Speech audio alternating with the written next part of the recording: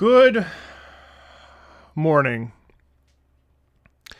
Happy Friday and good morning. Oh boy, I am tired. Welcome into, of course, a new Patreon Friday. Thank you for joining me today. Boy, we can really start to feel that holiday slowdown, I'll tell you what. Or at least I certainly do. I'm so tired. I could lay in bed all day, but I shan't because I have a responsibility to get things done. But boy, I'm extremely tired. So, let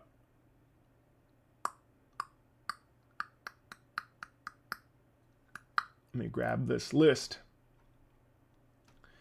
We have a bunch to do today, as always.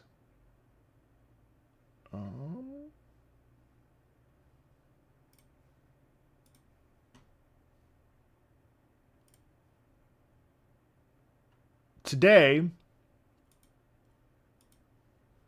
hey guys, you ready for a long ass break? Bro, me too, man. Me too.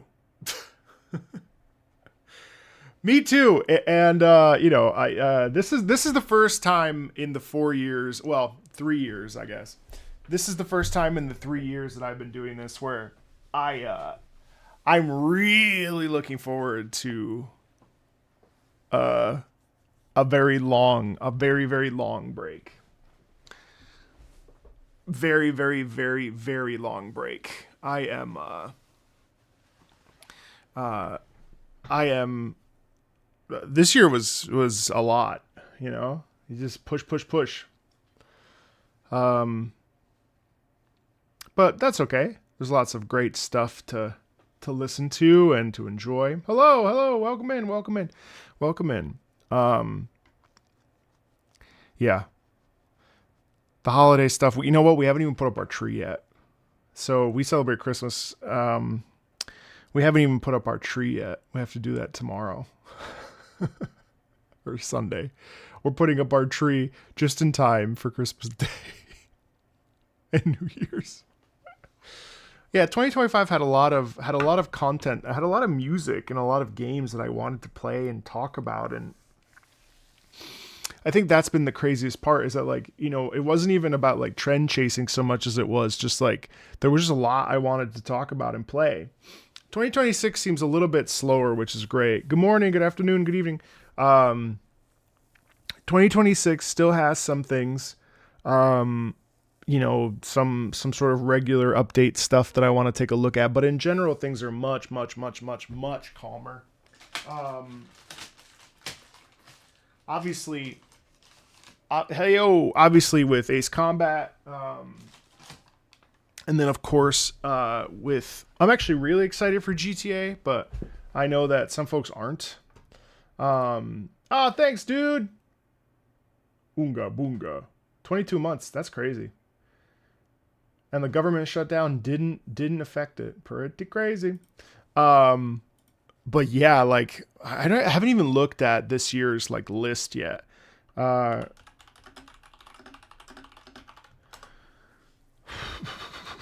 So let's see. I mean, I definitely want to peek at. Sorry for the white light. Yo, you don't have to stop your music. I'm really excited for Enfield for sure. I want to check that out.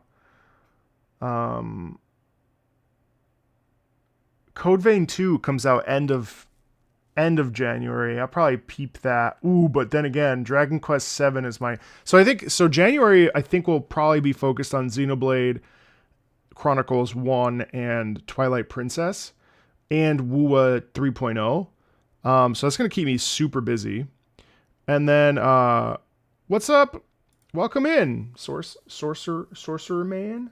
And then, so the soundtrack of Code Vein 2 will be really exciting. Kain as well as that, is the climbing game. So I'm curious about those. High Guard was the one that they revealed. Was it? Was High Guard the... Oh no, I don't know what the fuck. Oh yeah, Highguard. Yeah, I still want to check this out. Roharu, thank you for using your Prime. Appreciate you. Dragon Quest VII will be a big game that I stream because I've always wanted to play it, and I'm really excited about the visuals. And then, oh, Mario Tennis Fever comes out in February. It's the only game I'll probably play on my Switch the entire year. Yeah, X Respawn devs. How could you not at least try it? Oh, Ys 10 I'll probably play. Tides of Tales of Berseria. Nah, I'll probably skip that. Resident Evil Requiem definitely is another stream game. Wow, and then already in March, we've got Monster Hunter Stories 3 and Crimson Desert and Dynasty Warrior. Ooh, oh my god, the same day. Oh, and yeah, March is stacked. 007 First Light I will stream. Requiem I'll stream, but that'll only be like 15 hours, so that'll be easy. Then Fatal Frame 2 would be fun to stream. Monster Hunter Stories 3 I probably won't stream because it comes out. Well, actually, you know what? I probably will, and then pop over to Crimson Desert. Yeah, like nothing in April. Nothing. Pragmata I really don't care to stream. And then May I believe is our honeymoon, so I probably won't be avail too much in May anyway, or at least for 2 weeks I'll be gone. And then Grand Theft Auto 6, I'm assuming Golden Kappa Train. What the fuck?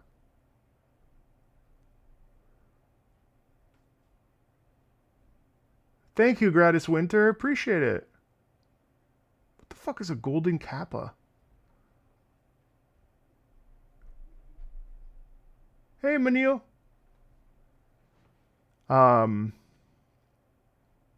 Ace Combat 8 will assuredly drop in May, and I will be deeply upset about it, but it's okay. I think I also, in between this, I also want to pull yeah, I know. We'll have to. Tau will definitely happen sometime in this year. This is it's just too early. But yeah, so in between this, obviously I want to put out some videos about older things, and yeah, so there's a lot on the docket even still. I mean, it's not too bad, but let's see. What the fuck? Oh, Mio comes out. Oh, this one looks really charming. This is, yeah, okay, Mio, January 30th. Code Vein 2. Dragon Quest 7 is a must. Mario Tennis Fever I'll play on my own. Resident Evil Requiem. Oh, Slay the Spire 2 I'll definitely play on stream. Resident Evil Requiem.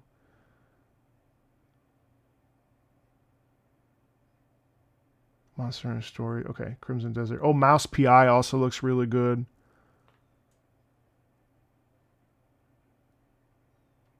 Yeah, I mean, we'll be busy regardless. It's always busy. Let me see if there's another.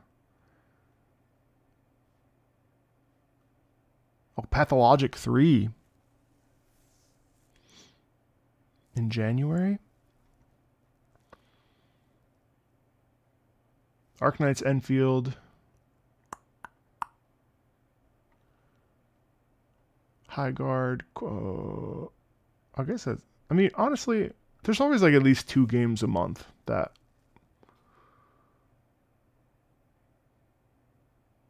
But I need to prioritize Twilight Princess and Xenoblade Chronicles. So, is there any anime I'm looking forward to? So I haven't been keeping track of the.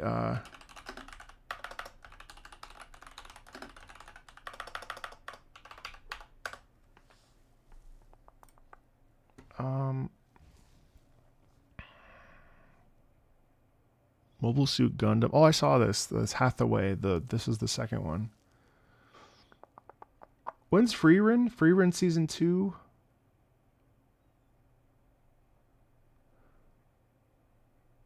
I'm still not tapped into the anime world, so I don't know what I'm supposed to be excited about or not excited about. So like, there's not.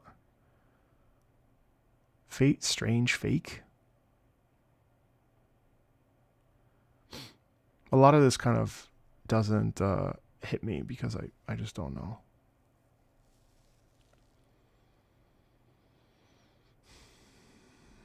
Yeah, it's January, right?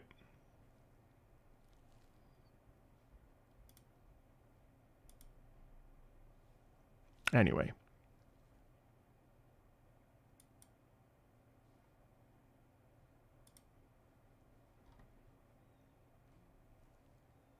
Jujutsu Kaisen Season 3.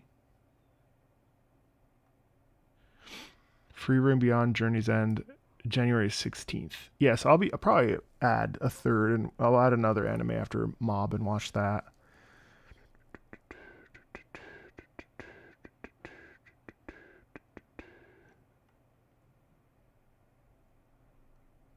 Yeah, I mean, nothing else really, like... Fate Strange Fake looks cool. A false Holy Grail War? What?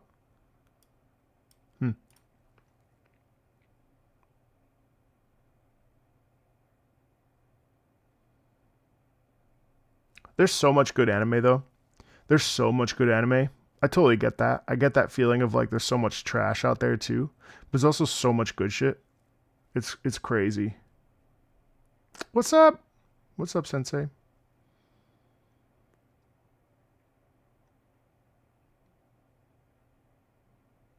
Trigun Stargaze? Anyway.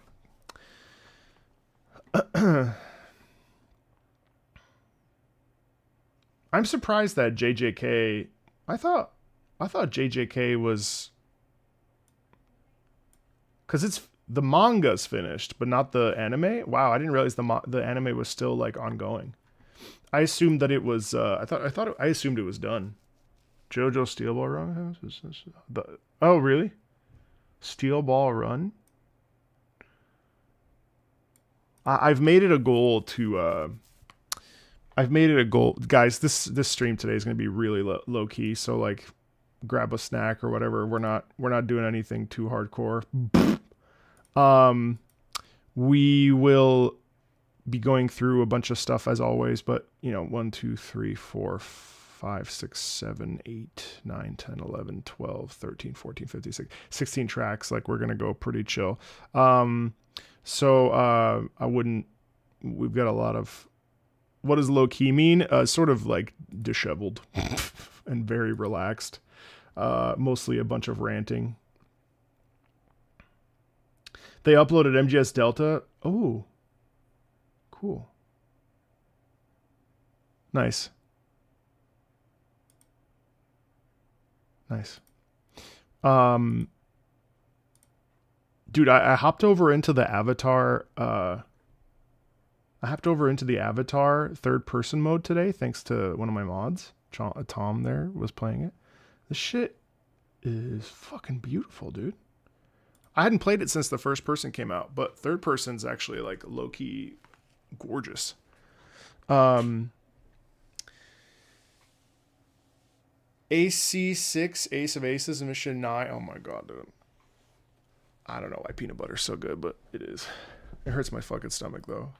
I feel like everything hurts my stomach. Massive cooked with that update. They really did, though. Oh, yeah, guys. So, by the way, we're looking for new live stream moderators. About 2, ideally EU, but we can take any time zone. EST works as well. So, if that's something you're interested in, please go over to the Discord and create a ticket. We are looking for consistent, reliable mods. You finished Act 1 of E33. Uh-oh. Uh-oh. Wait till Act 2. But, yeah, so if that's something you want to do, yeah, mostly EU hours, because we have the rest of the times pretty much covered. You're about to drive to Wendy's? You're going to get a spicy chicken sandwich? I think that so my big plans. What are you guys doing for the holidays? Are you guys having any time off? Well, while you answer, what I'm doing is my goal is to finish Trails in the Sky SC. These glasses look good on me. Thank you. my big goal is to finish Trails in the Sky SC. And then I want to start reading One Piece in earnest. Today's your last day. I'm the idiot who made 2 extra days for myself. I should just cancel the rest of the streams. just fucking have today be it. Because I'm so tired. But we have another stream. What did I think of the ending of FC? I mean, I watched it. I didn't play it, but I watched it. I thought it was great. I think SC is a superior game to FC though. FC. I do want to start Remake because I've heard nothing but great things, and it might be a more streamlined. Well, it is a streamlined experience. So you're flying back home to the States. Well, of course, because you've been traveling. I think I'm gonna replay Ace Combat 7 on hard difficulty. That's my big. Oh, you're going to Vegas for the holiday? Wow. Yeah, I know. I want to finish Tokyo Ghoul. And then you're going back to Wuthering Waves. Yep, that's a good choice. 3.0 looks great. I can't believe they're releasing it on fucking One Piece. Or on Christmas Day. I think March, the release date for AC8. You're staying home and working for the holidays? Oh.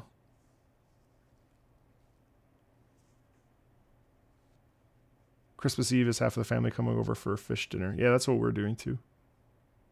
You're leaving Vegas for the holiday? You're in Australia. Yeah, I know. So right now you're in the peak of summer, huh? Well, I guess it hasn't peaked summer yet for you. It's not peak summer.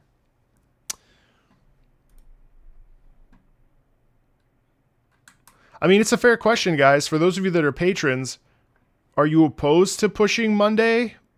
And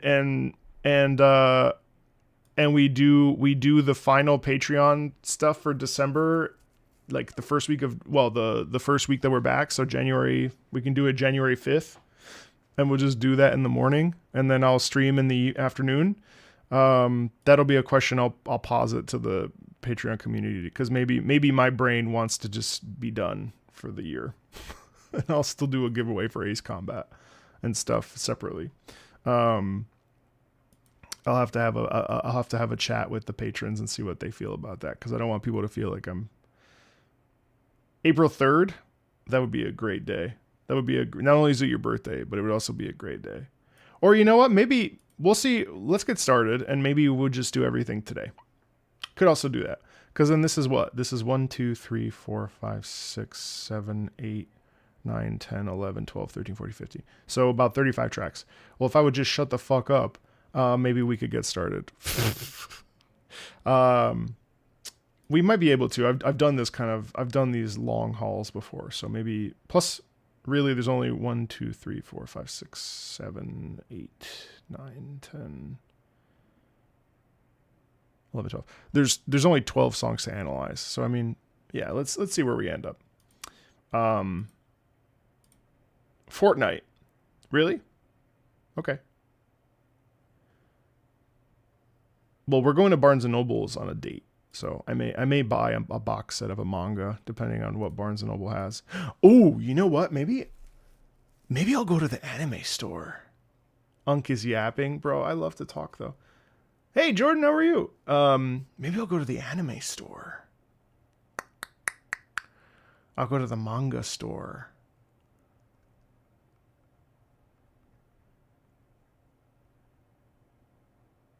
Hey, Apple. It's like a manga store. Yeah. It's like a specialty manga store. They have all these box sets and stuff. I'm kind of thinking like, well, I need to read through Demon Slayer. So my big goal is to finish, I know, Fox, is true. My big goal is to finish Tokyo Ghoul. You know what? I just picked up the Risk of Rain 2 DLC. So that I would like to hop in there as well. Your local library has a nice manga selection. That's true. My problem is I like owning it, or I just use Shonen Jump on my iPad. That's where I read Tokyo Ghoul. So I should start Vinland Saga too. I don't know, dude. I have too much shit I want to do. This time last year I was reading through Attack on Titan though, so All right, let's get started. And I'll try to put on my brain. I'm very tired. Fortnite. Frostnite. See, the thing is, I don't like to have lists of shit. Of like things to do. You know what I mean? Like, I don't love, especially on break. It's been really nice. I've been playing through like a bunch of random games. I re-downloaded what's that game called?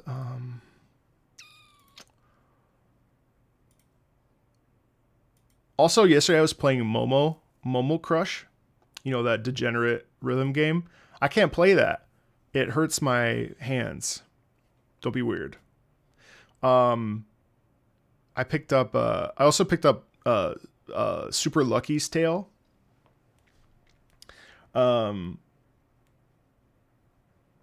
You graduated today? Oh man, fuck yeah. Tangent number 4. Dude, I'm just stalling. I'm so tired. Hey, Jojo.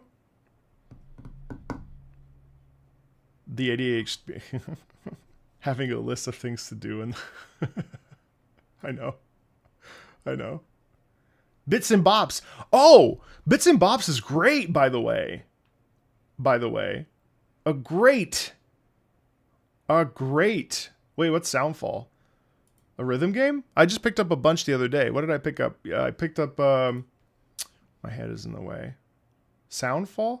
I picked up Blood Dragon and Avatar today. Thanks, Tom. I picked up Lucky's Tale. I'm really curious. I was in a mood for 3D platformers last night, so I grabbed these. I picked up Chorus because I'm in an Ace Combat mood. I did pick up Nuclear Option and Skyrogue. I did not enjoy either of these, especially Nuclear Option. That shit is way too... I picked up Neo again. I'm never going to play it, but... Musicnix and Ezazon. These are the two... I got a refund Ashes of Creation. Bits and Bops is great. I've been playing it at night before bed. It's so much fun. It's just hard to take off.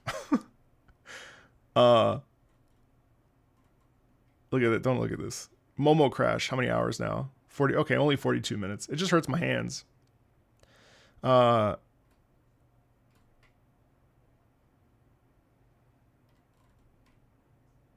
God, I'm stalling so bad. No, we got to start. We've got to start. My brain is tired. Defend that burner from the husks and smashers for 1 hour and 30 minutes. What's Rhythm Heaven? Yes, Apple. I did get Assault Horizon. Thank you for trying. Thank you for your efforts. And it ended up working out. You'll have to talk to Tom. It's not my fault. We managed to find a key that worked. But thank you for your efforts. Oh, Rhythm Heaven. Oh, that's coming out in 2026. Oh my God, yes. Yes, that's coming out in 2026. That's definitely a stream game. I'm so sorry. Yes, that's on my list as well. That's on my list as well for 2026. Rhythm Heaven. It's already been a year since that announcement. Yes, Rhythm Heaven is big time on my list. Yes. What was that? What was that other game? What was the rhythm game that I should try? Oh, Soundfall. All right, let me just fucking push play, guys. I'm so sorry.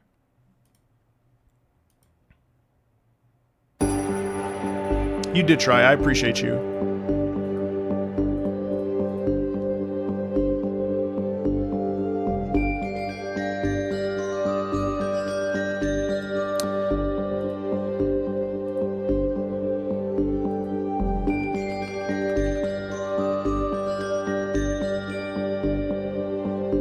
Dungeon crawler rhythm game? What the fuck?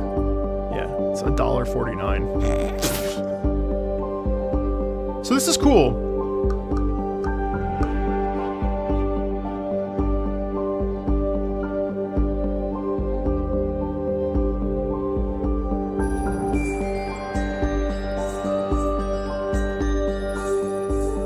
It's very unique to have the sort of like, I don't want to call it Christmas vibes, but like holiday, chimes sound, but to have it be in a dangerous sort of scenario is very unique and very, very, very, I think, abnormal. You don't really get that very often. I think Fortnite keeps surprising me, because Fortnite genuinely is like actually like high quality. Like it really, like, apparently there's some new Bleach skins that did the games a lot of justice, but genuinely, like, I know it's easy to shit on Fortnite, but Fortnite's actually good. Like, dare I say it? I might play some of that this holiday break.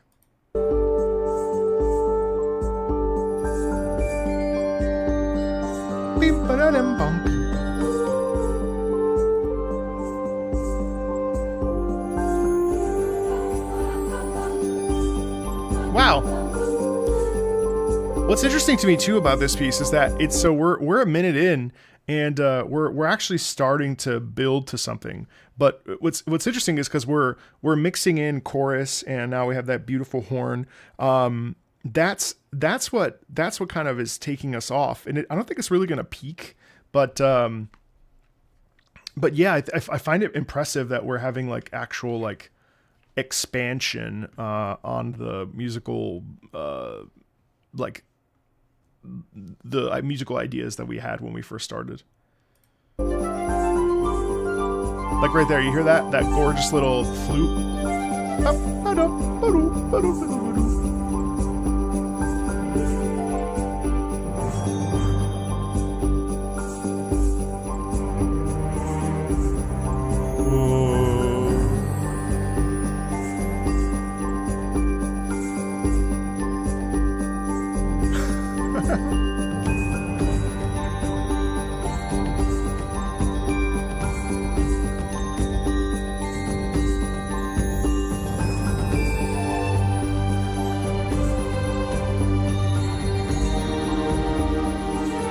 Gorgeous strings.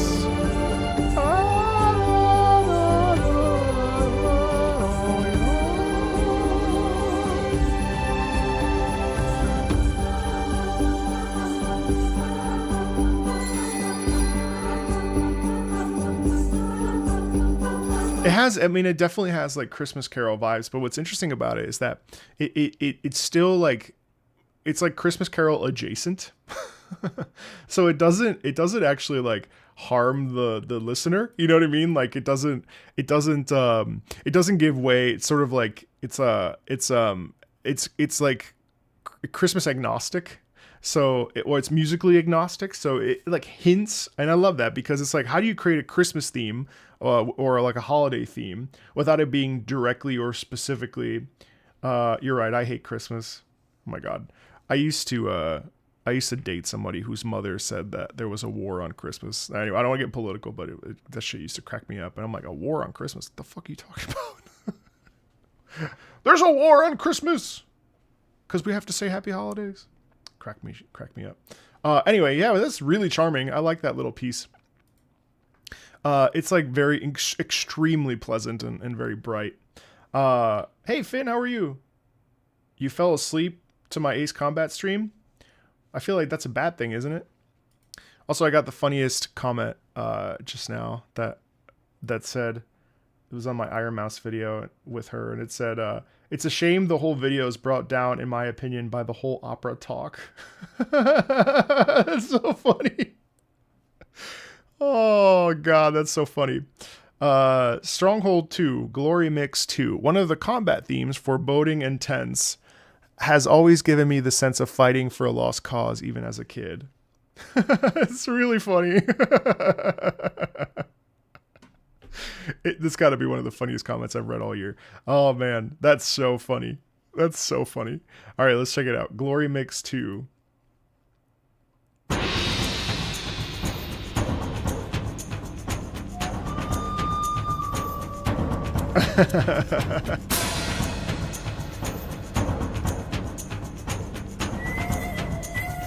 So it's cool how right off the bat we get this real nice momentum and obviously the rhythmic power of the drums, but then you also get this really interesting upper part with the flute that is the sort of improvisational element, so it feels like even though we're in a battle, you never quite know what's going to happen, right? And that I think is represented by the flute. You know, like, I mean, that's really cool.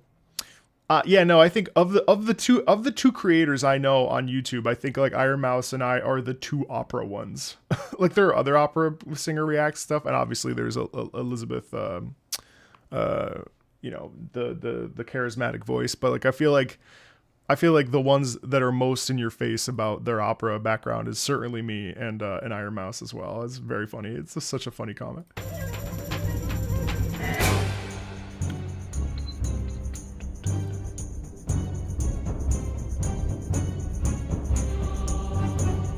Okay.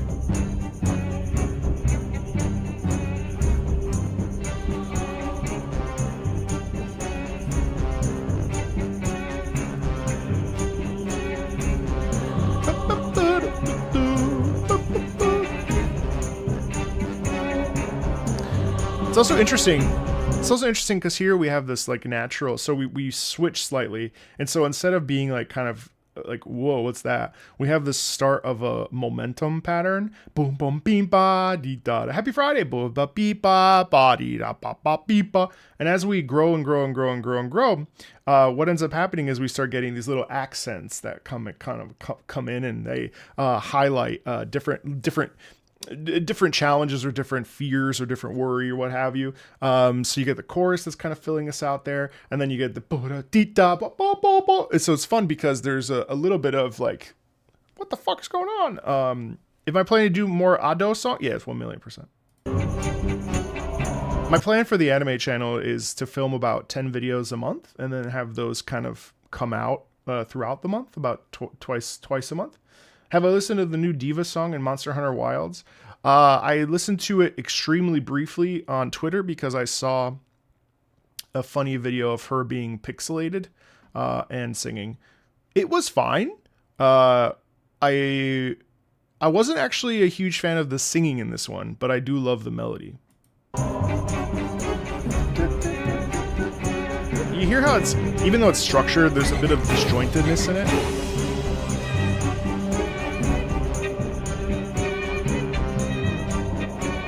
Hey, Ollie. Will I continue Gurren Lagann? It was already finished. We're just uploading it slowly. So yes. Wow, listen to that.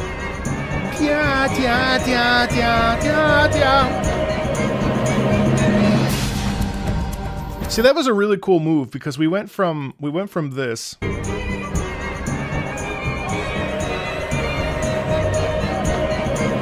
Crescendo into a new rhythmic idea. And it's cool because right away we pivot into a sharper rhythmic structure.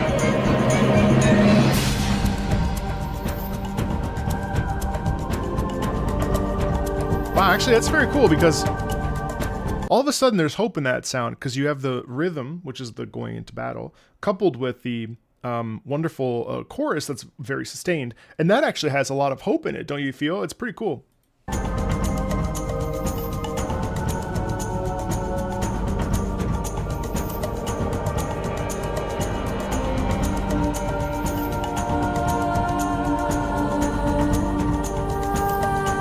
Solo, I love that sound.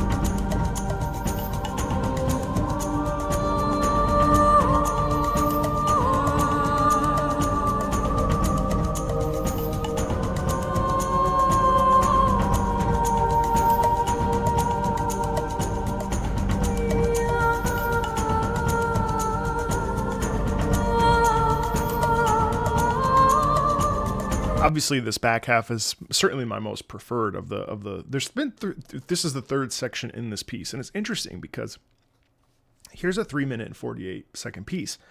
The first half is tumultuous, kind of all over the place. The middle part is when we start to get a little bit of semblance of hope or possibility, and then this back half is like the ascension into victory, right? And I love that we essentially are getting this kind of somber, improvisatory sound by this lovely solo soprano. It's excellent.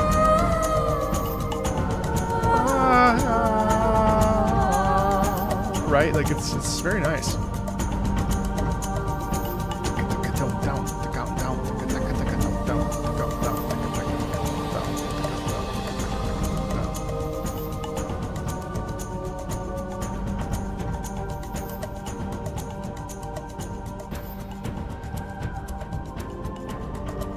Also very, very quiet though, isn't it? It's interesting how the rhythm and the strings are kind of pulled back. What an excellent little piece, I have to be honest. I don't know what Stronghold 2 is. I'm assuming it's an RTS or like similar to Total War. But that's beautiful. You know, I'm kind of mad at myself because I've become a bit of a degenerate. And this year was really the year that I sort of woke up and came out of the degenerate closet. It sucks. There used to be a time when I used to think that fan service was egregious and excessive. But then I see shit like this. And the first instinct I had was, that's amazing. And I would have looked at this in the past and been like, huh, that's a choice. And now I'm like, I download the game again. and I honestly, I'm ashamed, really. ZZZ is a closet degenerate game. It said, get it for free. And I said, you can get that for free. And so now I'm out.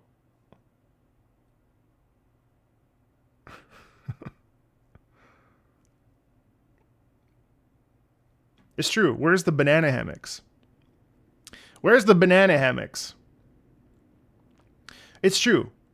If we're going to sexualize female characters, we should also sexualize male characters. Where are the banana hammocks?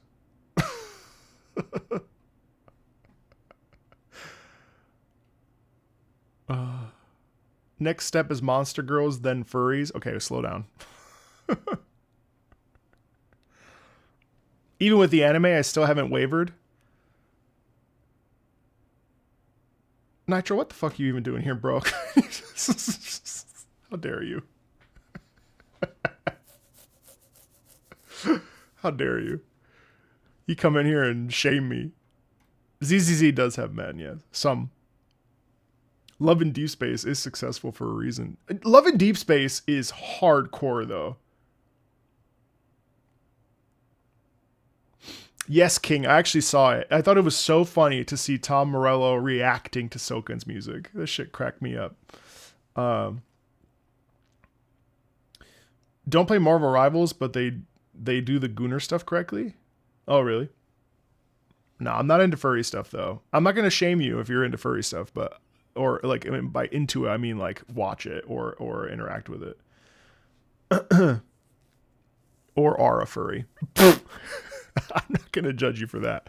But that's I feel like that may be a ship too far for me.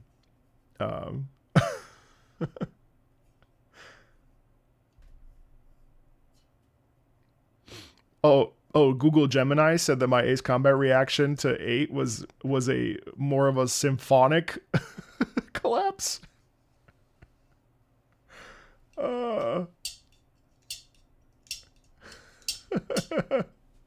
I need to listen to the Arcadian stuff still. I did. You know what I listened to the other day is the vampire girl. See, fuck, man, like this sucks. I was like, vampire girl, hold the fuck on. And I listened to the music, and it was exactly what I hoped it would be for a vampire lady. I don't know what the fuck has happened to me. I am not who I used to be a year ago. I'll tell you that much. Which one is it? It's which one's the one? Arcadian. Oh, Sinister. Bro, and she's all like, yaws.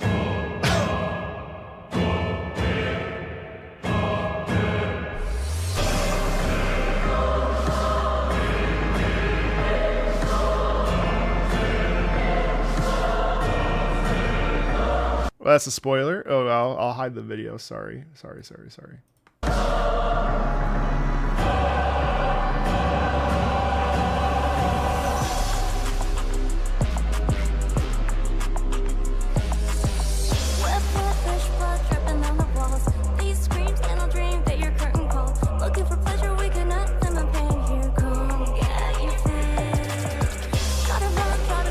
And I sat here mouth agape listening to this the other day being like, what the fuck?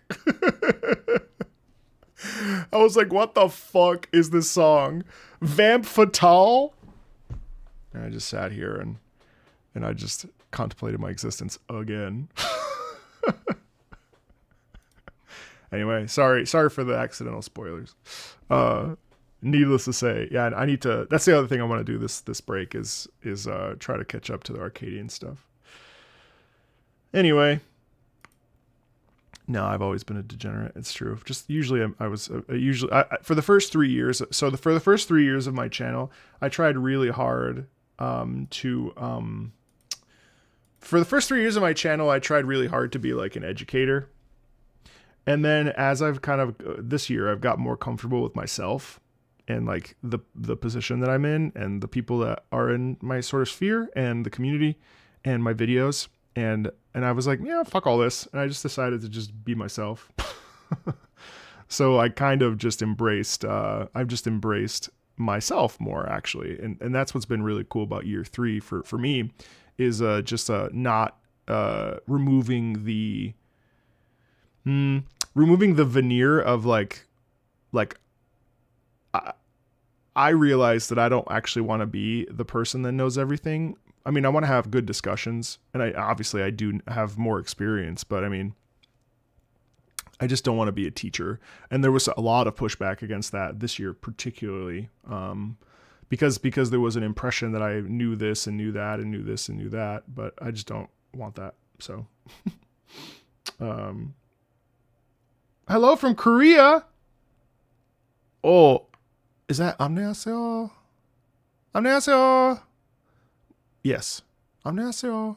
I think so. Hey man, if anybody, you're one of the people that uplift anime stuff. Oh, well, thank you. Yeah, I mean, I really do hate gacha. Like, I really do hate gacha games. And yet, I also really enjoy the music, and also something about it just scratches my ADHD.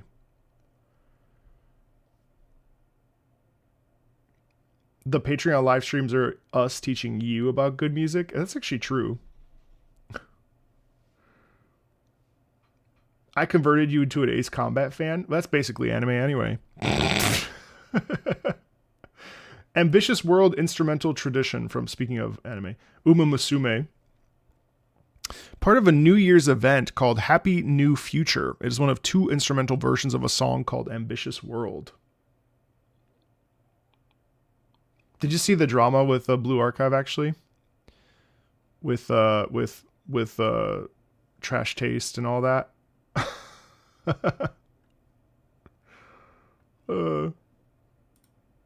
So funny.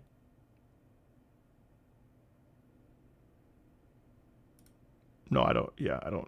No, I don't judge anybody. I mean, I judge some people.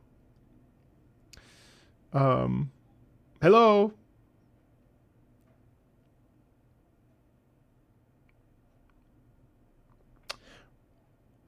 I mean, I don't. It's been 2 weeks. It's going to be longer. I have to wait for a high quality version. All the versions on YouTube suck.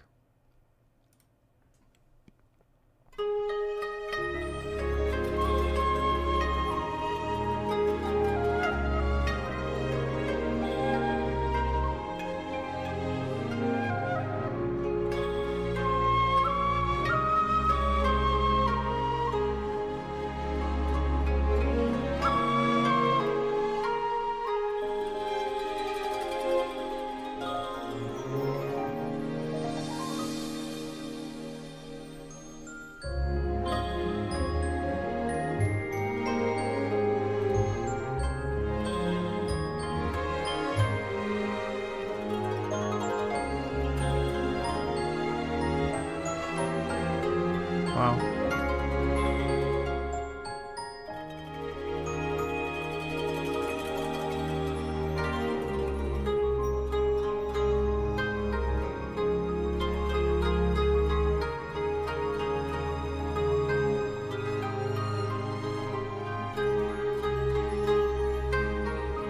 Peace, Anchor.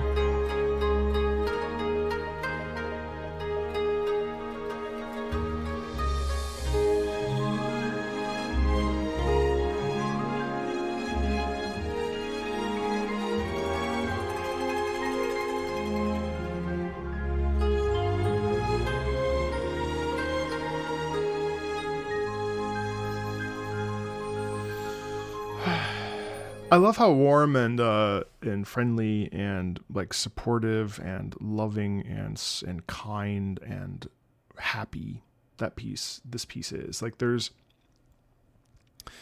also, I mean, I think the instrument choice is really cool.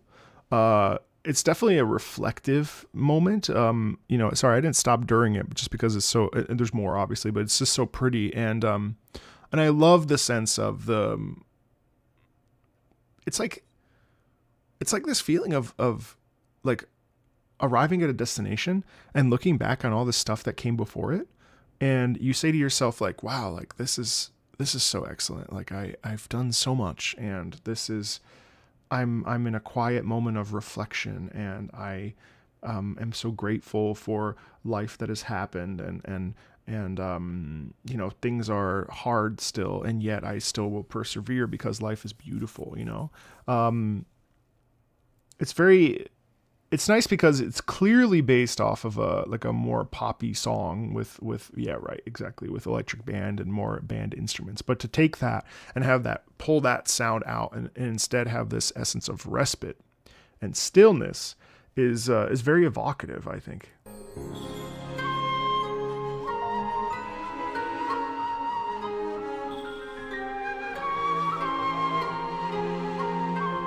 See, because even right there where I stopped, there what really is excellent, and there was some really nice doubling. And do you guys know what doubling is? If you don't know what doubling is, it's just when two instruments or more instruments or like a lot of instruments kind of just do the same thing, but in their own specific ranges. So doubling is really evocative, I think, and really effective, because what it does is it essentially like doubles the emphasis of something. Now, obviously it's a textural choice to like have the flute and the like whatever let's call it the shamisen, I don't know, to have I don't think it is the shamisen though, but to have those two things moving at the same time, like what it does is it creates a texture that kind of is 3D or sticks out, you know what I mean? It's really nice. Yeah. Hey Luis, thank you.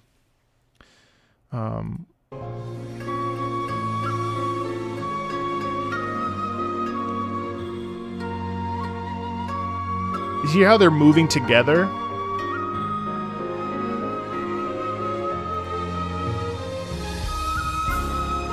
Wow.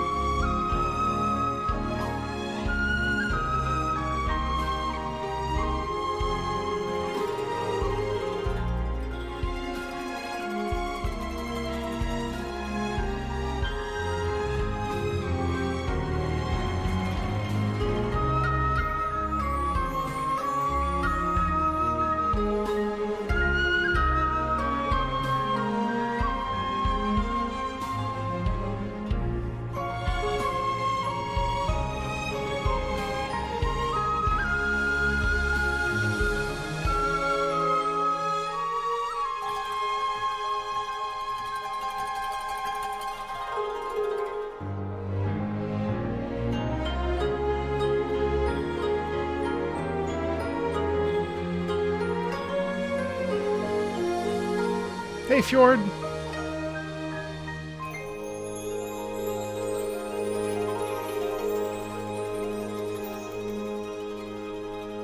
That's so lovely.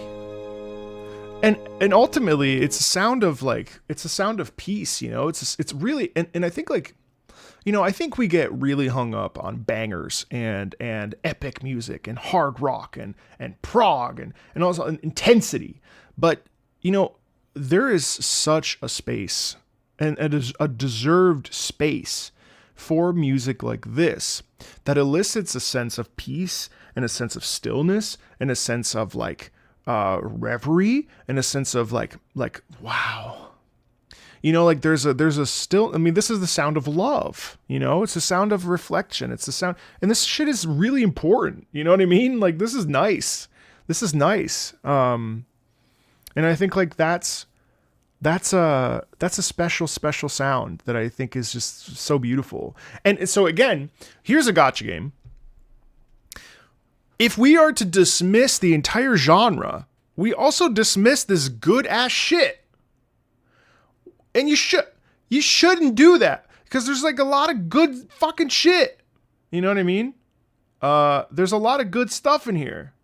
I did like AC6, dude. You know, like there's a lot of good shit.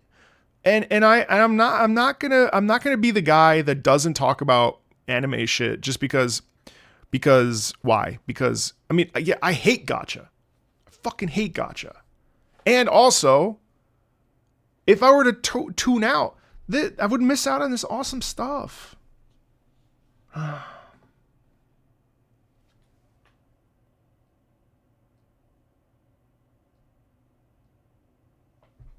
It's beautiful. Hello. It's so great. Really, really just so nice. Such nice vibes. Oh, you got a physical copy of AC6? Well, did you watch any of the stream, Fego? I think you'll like it a lot. It was fun. It was fun. I think the story is very mediocre, but it was fun. I liked it in some ways. I haven't figured out. I'm marinated on AC6 because I think I like it, but I don't think I like it as much as. I think I still love 7 because it's the most modern one, but I think I still, and also I find it to be like the tightest musically as well. Like, well, I don't know. I think I like 5 story the most. 5076. And then 4. Well, no. 507. No, 50476. I think that's my order for story for sure. 5 for sure. Music. Music I'd probably do 7 first, just because 7 was the first one I really like clued into, but it'd probably be 75046. I think 6 is still at the bottom for most of the experiences. I bet you once oh, that's fair. Yeah.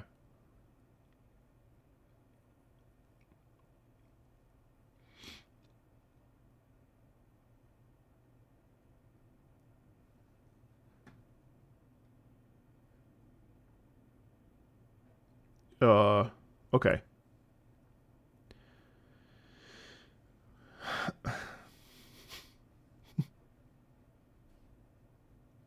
Yeah, it's too bad. I mean, it is too bad that gacha games exist. It's too bad the model exists. That really sucks. Eternal Blue, we're actually getting to your song right now, so that's perfect.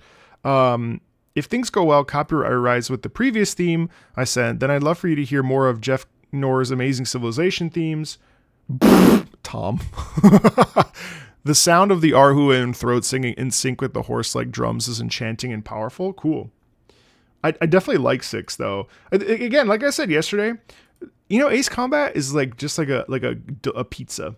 It is never bad. It is never bad. It always tastes good. There are aspects of some pizzas that taste better. Maybe you go to Italy and you have the best kind of pizza, but like, you know, maybe that's Ace Combat 5 or whatever. But like, there's really no bad. There's really no bad flavor. I'm on the road to quit WUA. Unfortunately, tired of the gacha and lack of things to kill. It feels meaningless to pull characters.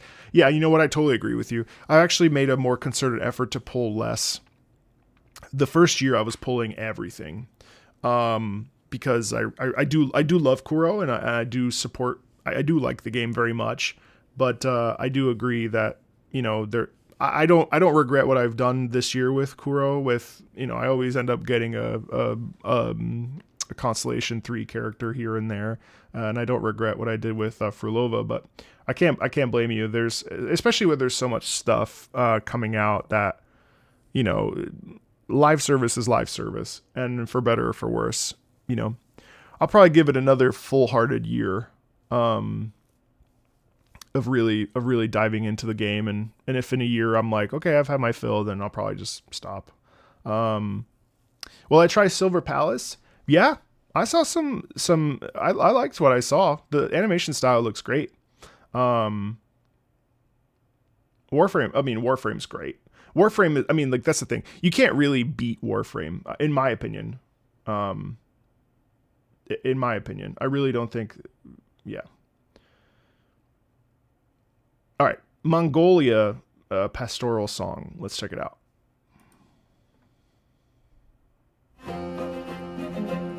I see what you mean. Yeah, that's cool. Hey, thanks, Entrox.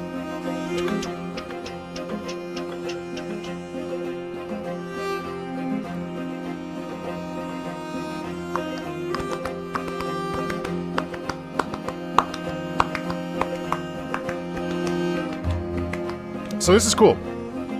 This is cool because we start and you hear the clop clop, but also you also get this terrific sustained strings over top, which is really cool.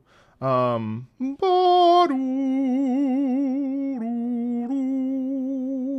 you get this subdivision with some really nice legato over the top. So you have this wonderful duality there.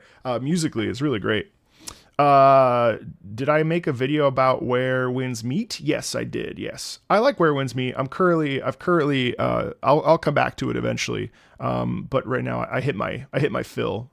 This is usually what happens to me with my ADHD. I'd say I get like 50 hours if I really lock in, and I'll play it obsessively. I almost have 60 hours in the game, and so now I'm not playing it. That's just how it goes. Once I hit like a wall, I just stop. That's just inevitably what I do. I do that with Warframe. I do it with everything. Guild Wars 2, I have like almost 300 hours in. Same thing. I'll play it for like 10 hours hardcore, 50 hours hardcore, even 100 hours hardcore. I'll pull back and stop. I love Ace Combat 7. I've got 26 hours in it. I'm playing it for the second time now. You know, the ADHD cycle. Yeah. I mean, there's like a lot of games I have right now that I really like, but none of them, like Red Dead Redemption 2 is another one where I put in 130 hours over the course of like 2 weeks. That one is different though, because the open world is so active and so alive that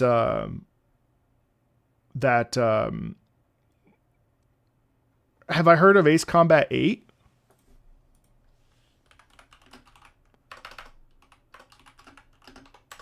Jordan, you must be new here.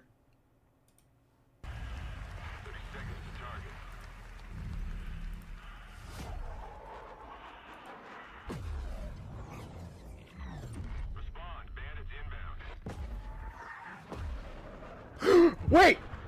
Wait!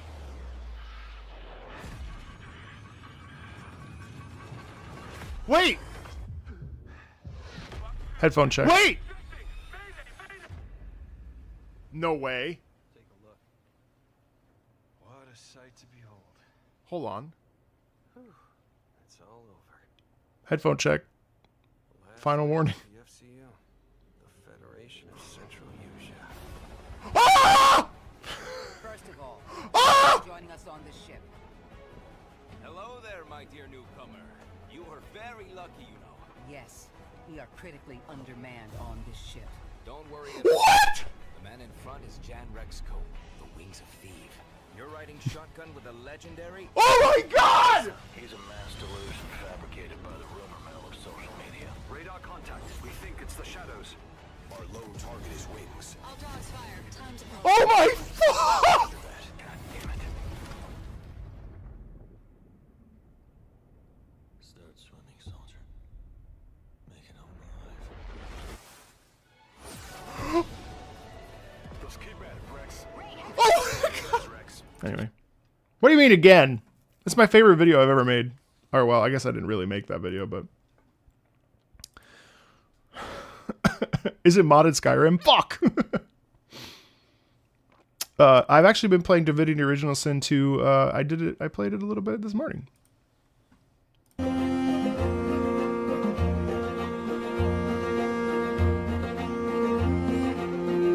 I am cringe. I embrace the cringe.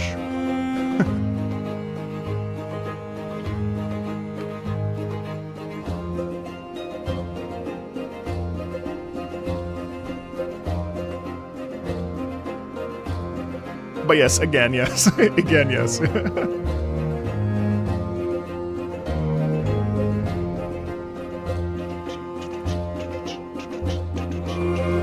Cringe these balls. Whoa. Boom, boom, boom.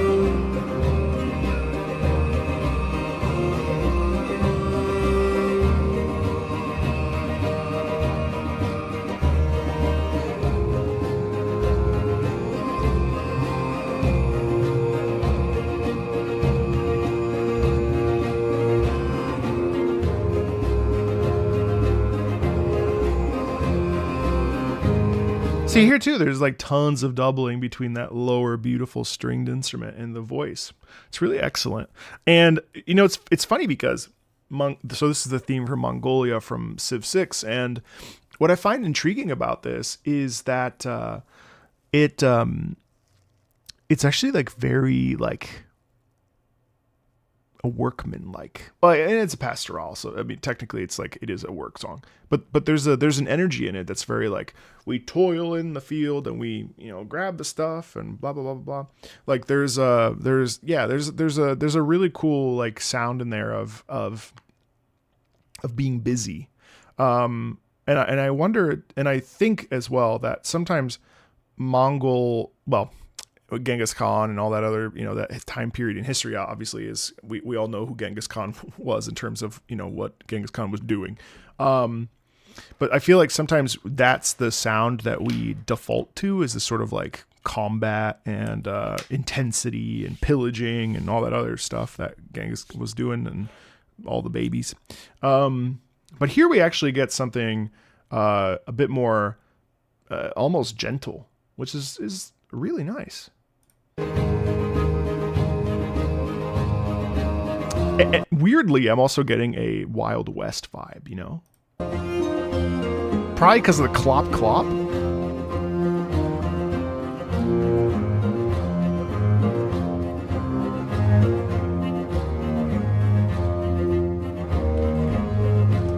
I love that. Bobby doll.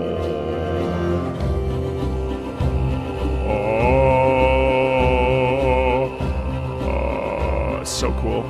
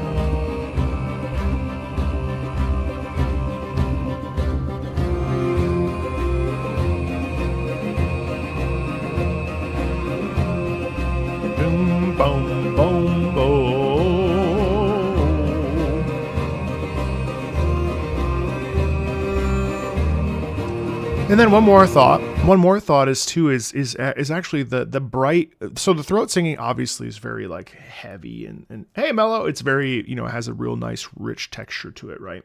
But on top of that, what we end up getting here is this lovely sound of lovely brightness actually. And there's kind of an invitation too. It's kind of like, ah, come work with me, friend. You know, pick up the hay. You know, there's a real quality in it of actually like it's kind of peace toiling in the lands. You know.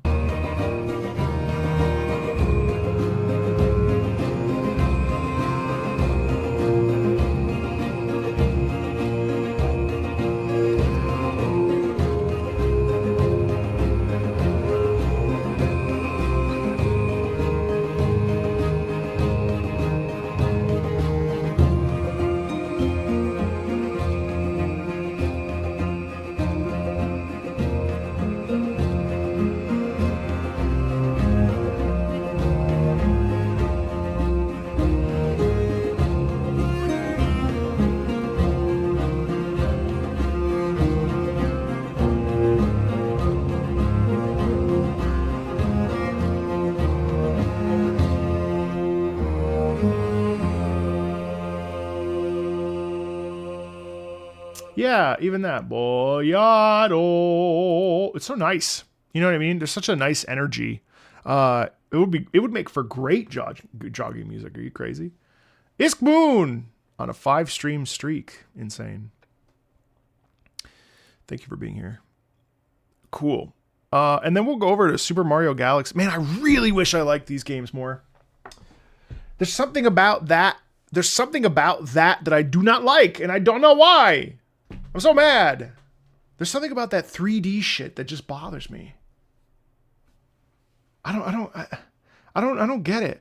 For all intents and purposes, I should love Super Mario Galaxy. I should love Super Mario Galaxy. I'm gonna give you a sneak peek into something though. So I did a review for Sonic Lost World, which is basically just Sonic's version of I did a 1-second song video. What the fuck? I forgot about this. What? Oh, it's a quiz. I'm known to have an interest in video game quizzes. Never mind, sorry. Where is it? Listen.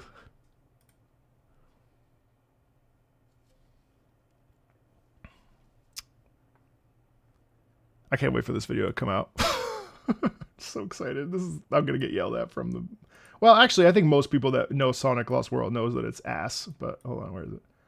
As possible. And I plan to continue that. Gosh, in the year 2025, I committed to playing through as many Sonic games as possible, and I plan to continue that into the foreseeable future as I go through each of the Sonic games. That said, I have hit a bit of a wall with Sonic Lost World. Here I was thinking that all of the things I heard about Sonic Lost World were exaggerations and not true. No, they were true.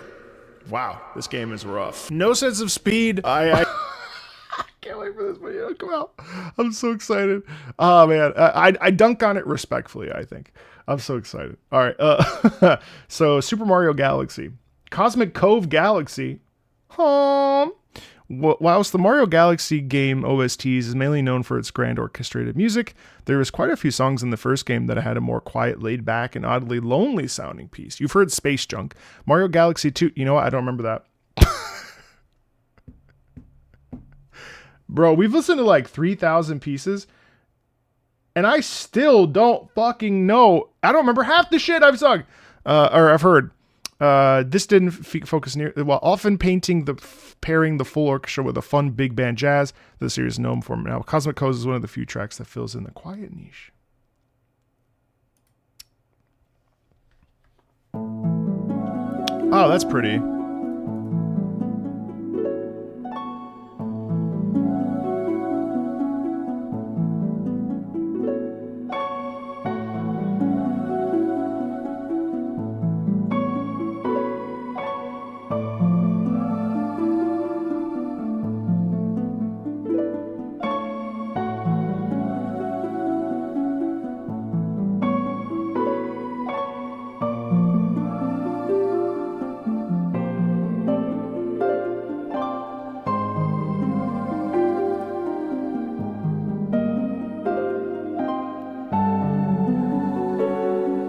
Yeah, see, that's lovely, isn't it?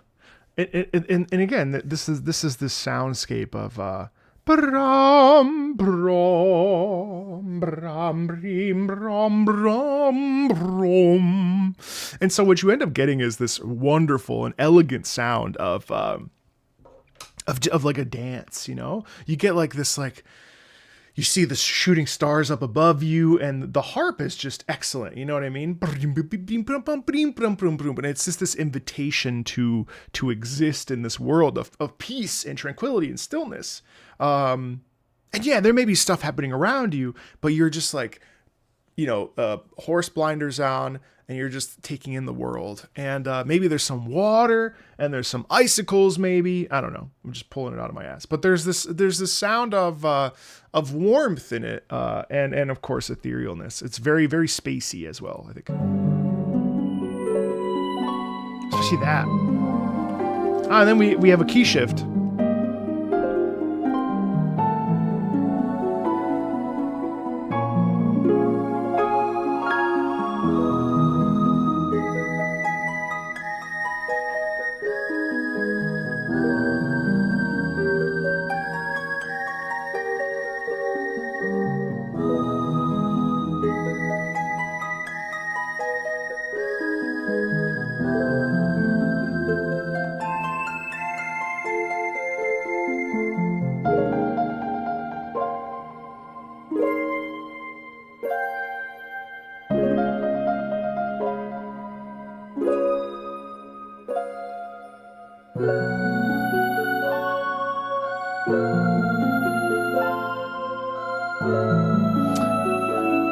Yeah, I mean, that's an interesting sound, isn't it?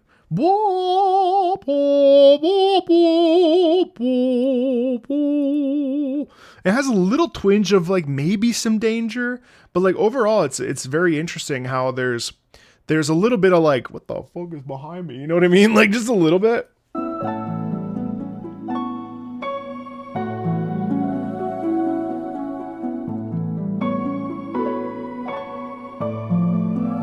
But then that's a beautiful, right? I love that little enharmonic there as we pitch up.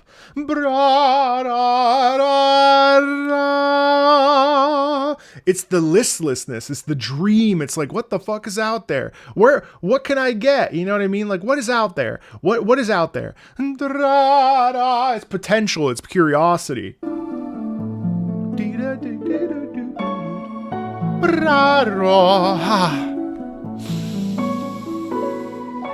It's like sleeping. It's almost like sleeping on a star, you know?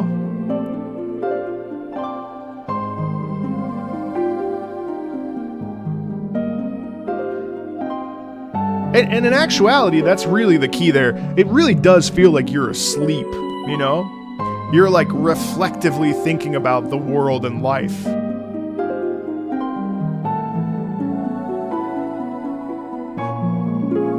And I picture like a chorus of little tiny stars with beautiful like little eyes.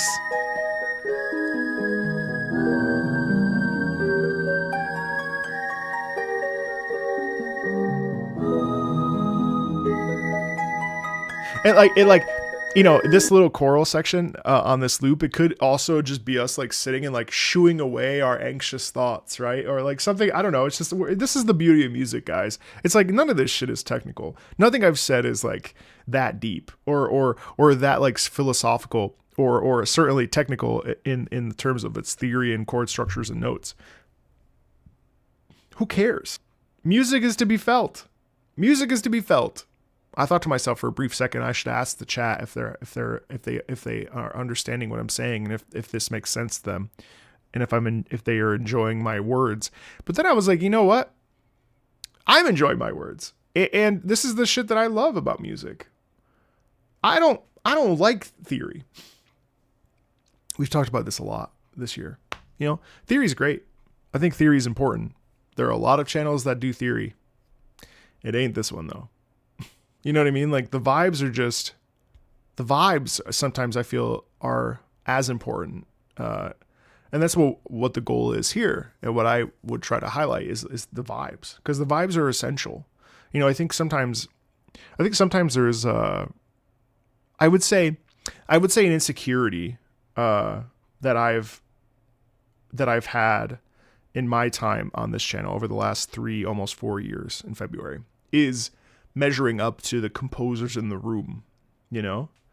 Hey, Monkey, what's up? And because the composers can be seen as more in depth or more in the know on the minutia. But there's absolutely a space, which, I mean, you know, in this particular case, I've carved out, of expression. And the thing is, everyone can do this. It should be for everybody. Music is for everyone. And feeling things is for everybody, you know? Well, thank you. I'm certainly not looking for validation, but I do appreciate some validation. I never say no to validation. You know, like there's little tiny blessings in connecting to music from our hearts and finding that emotion, because some folks feel things very differently, and some folks have a hard time feeling and a hard time expressing and a hard time, you know, so it's like, I mean, look, there's nothing wrong with it's a B flat major seventh that then moves down to a C sharp flat, but like whatever. But like in my mind, and no, Marco does music vibe check for a living. And may I do it for a very long time. It is the best gift. That's why I don't really ask for things for holidays anymore. Every day is a gift. I get to wake up. Oh my God, I had a terrible dream though. Holy fuck. I woke up and was so stressed out. I had a whole dream. I had an affair and like I had to come clean. And then there was like some fucked up like weird shit from like the Divinity trailer in my subconscious, and like, oh my God, it was crazy. Oh, it's fucking it was intense. I woke up, I was like, Mary, oh God, okay. It was a dream. Doc Brown was there telling me that I had to text my wife to tell her. I was like, Doc Brown, what the fuck? Doc Brown, no, I can't do that over text. I gotta tell her. Okay, before I continue, I have to send it.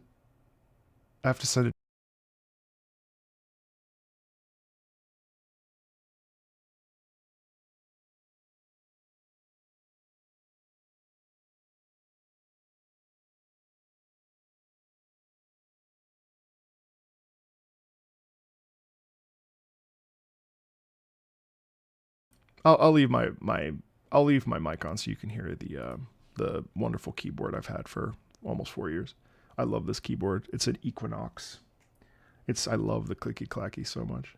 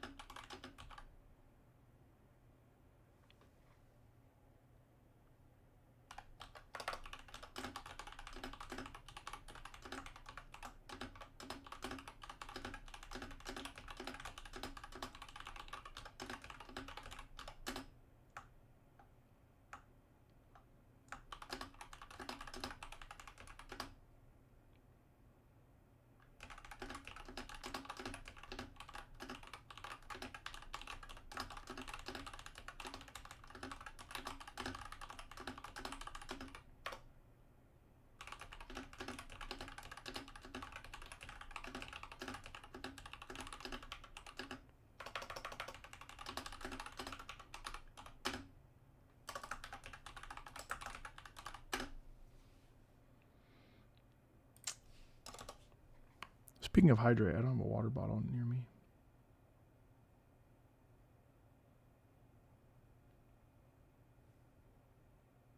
Okay, sorry. All right.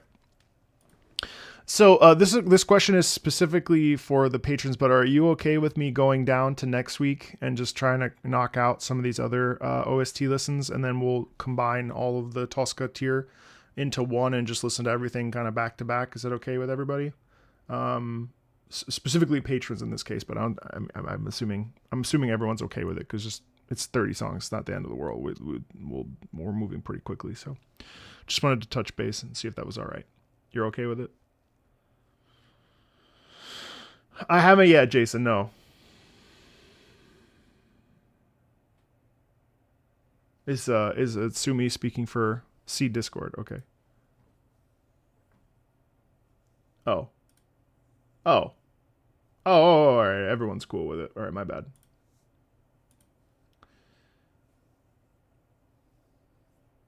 Okay. Ace Combat 6 was great. Did I ever listen to a live performance of Zero with violins from 20... No. This is moving quickly? You think it's moving slowly? I think it's moving really quickly. Yeah. This is very fast for me.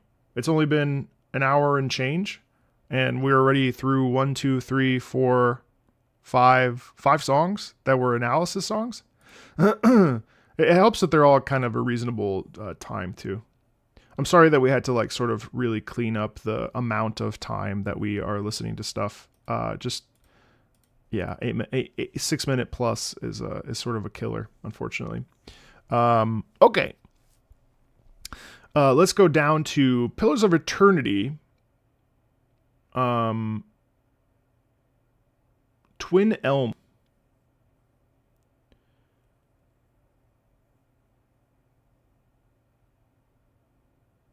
Is there an Ace Combat that isn't great? I said that earlier. Ace Combat's the pizza of video games. You're being a little shit. That's what happens when you're 19 years old. Gen Z, you give me so much anxiety. Hey, Nolwyn, what's up? Twin Elms. Hey, Marco, you ever hear a music from a game you haven't played, but you immediately recognize it as being truly great? You're 27? I thought you were 19. Well, I feel better about that. I literally, this entire time, I've thought you were 19 years old. Well, maybe you should write with more maturity.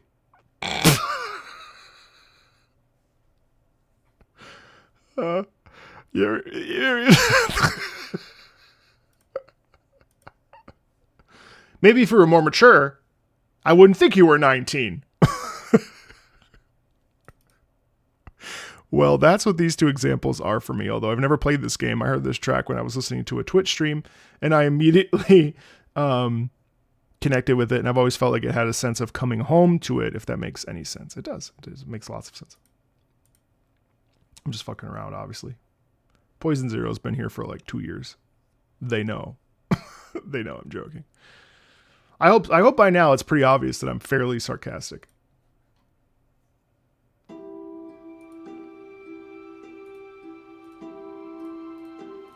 Well, that's lovely.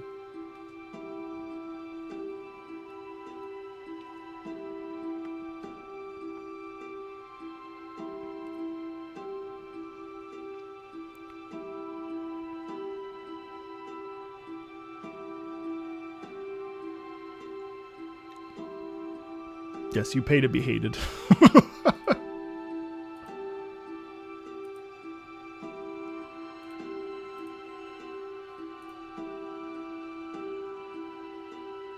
Yeah, so this is cool. So we have this preparatory sound, right? And this is very common. I mean, we've heard this even today. We heard that with the I believe it was the Umamusume piece, and there was another piece that started like this. Oh, the Stronghold 2 piece. We have this natural sort of moment of build, right? And it always usually starts this way because we're naturally building to something. But this one's really interesting because it's very ethereal.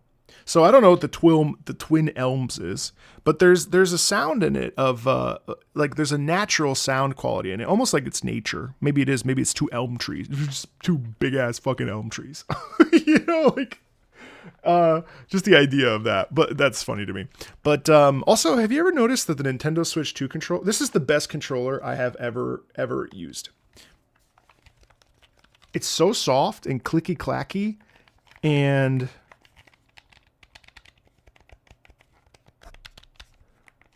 Oh, it's just so excellent in the hands. This is by far one of the best controllers ever made. Anyway, so there's this excellent feeling of like walking through the forest and like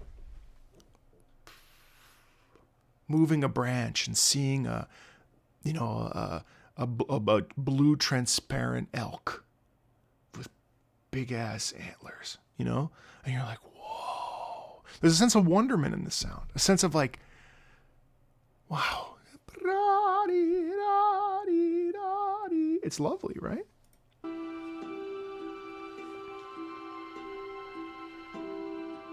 But also like the twinge of sadness in the strings. See now the piano starts coming.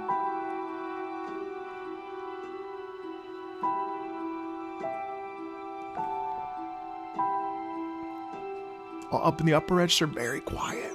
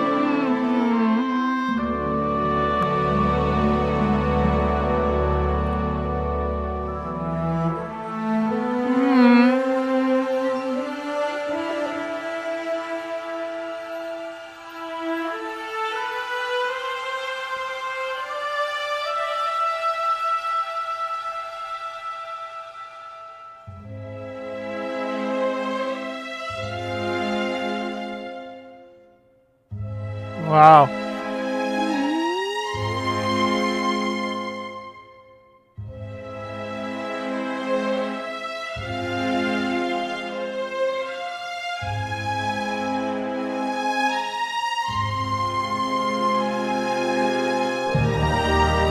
Wow.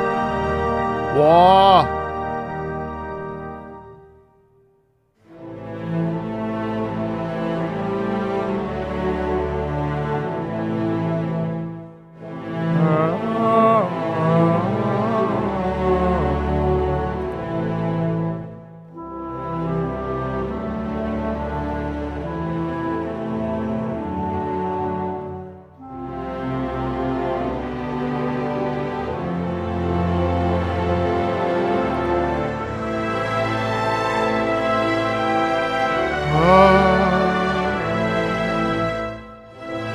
The lift. Oh, fuck yeah.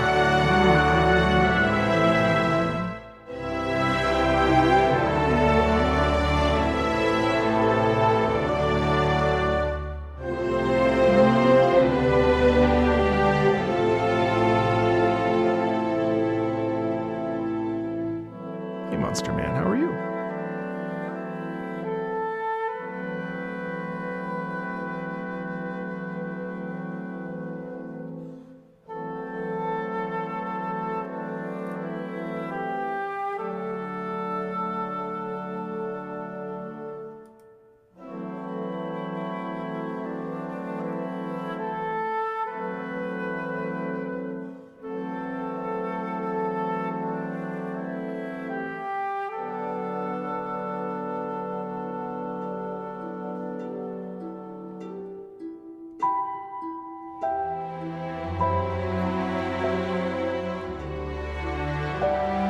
Is Pillars friendly? Is it friendly to play?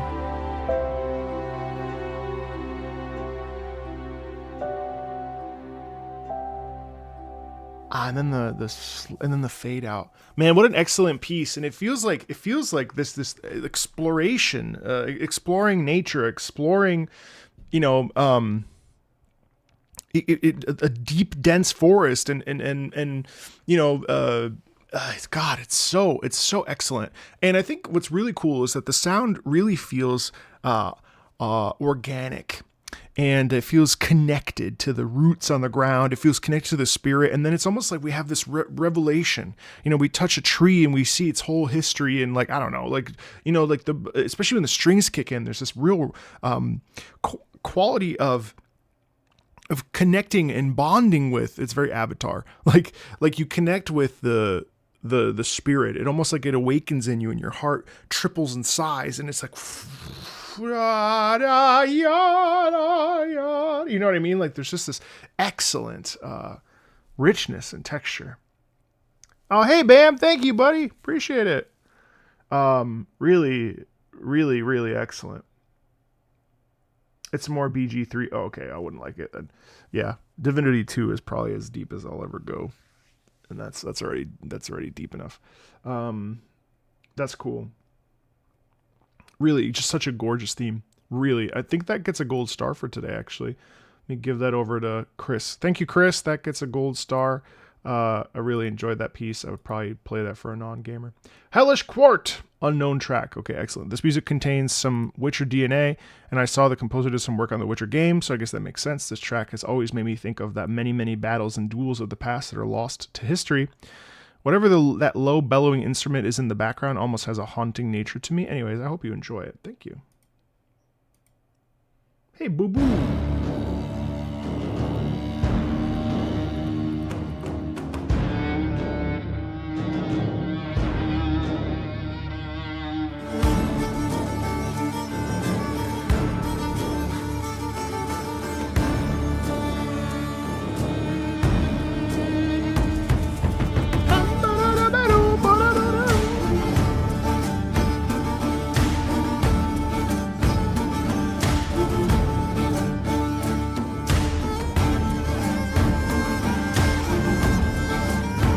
Well, I'm pretty sure there's a hurdy-gurdy back here anyway, but all that to say, like, you hear, you know, it's interesting because the rhythm is very sharp, obviously. And what it does is it really puts us in this position of terror. And I say terror because here we are, we're squaring away against one other person. They have a weapon of death in their hands, a sword or a dagger or a long sword, whatever it is. And we have to do this thing where we are facing off, and psychologically, that is terrifying. It actually, like, this is a horror game in a lot of ways because it's like it's just you versus somebody else, and the psychological dance that goes into play when facing off against somebody is really powerful. And so this music, I think, highlights that stress. Of course, it's not just like an epic piece. It's actually also a terrifying sound of like, oh my God, like what happens if we fail? What happens if I am stabbed? And then also there's the power at play. But it's really interesting how Hellish Quart's a cool game, by the way. I recommend it. It's not a Witcher mod as far as I know, unless it was one and then they turned it into a game. You tell me.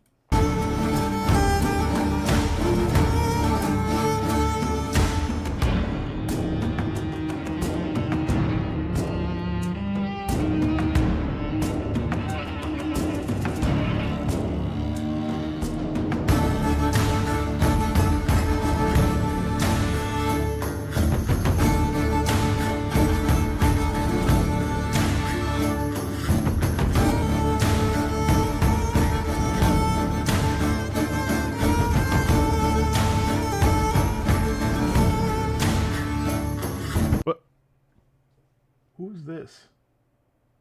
Wait a second. Is that priest fighting somebody? What the fuck is this? Oh no, he's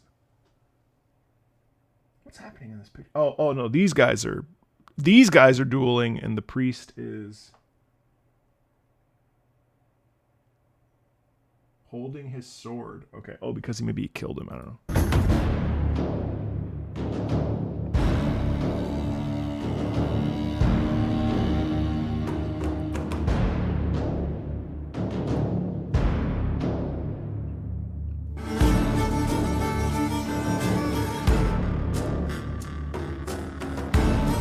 I also love the gap in the space there.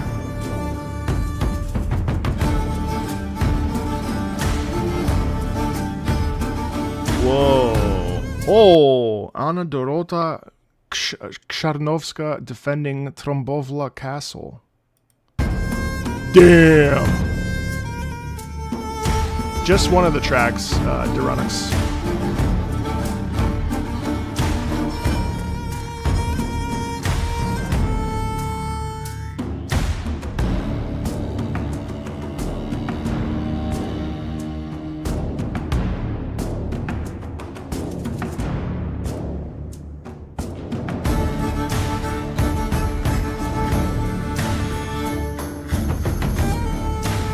Yeah, and I think like more than anything, that song really caters to this idea of the foreboding and the terror of having a conflict, and really, you know, it's interesting because I think we glorify these sorts of we glorify duels, I think. And I think, like, you know, like duels are cool. That's why they're in video games, right? But they're also, I mean, really think of the psychological toll of having to fight against somebody, and especially in a one-on-one scenario. Like, that's scary. It's scary as fuck. Like, that's why fencing is so interesting to me.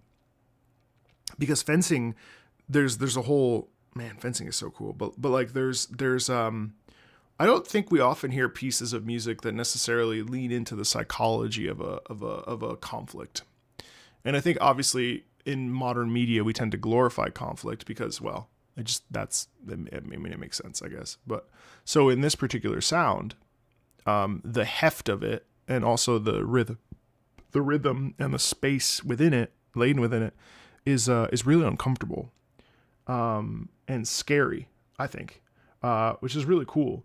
I don't know what that instrument is that's making that whip sound, but it's very visceral. It's a really, really, really, really awesome piece of music. Literally called, doesn't have a name. Okay, keep going. We'll do Octopath Traveler, Cobblestone, Nestled in the Hills. Cobbleston, Nestled in the Hills. By the way, I'm shocked at how much I enjoy Octopath Traveler 0. Probably because it's not like the first two.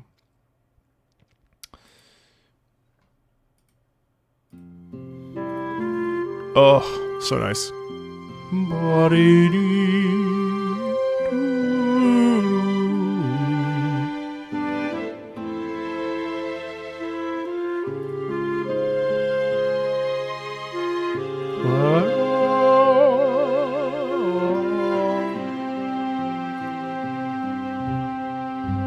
Hey, House.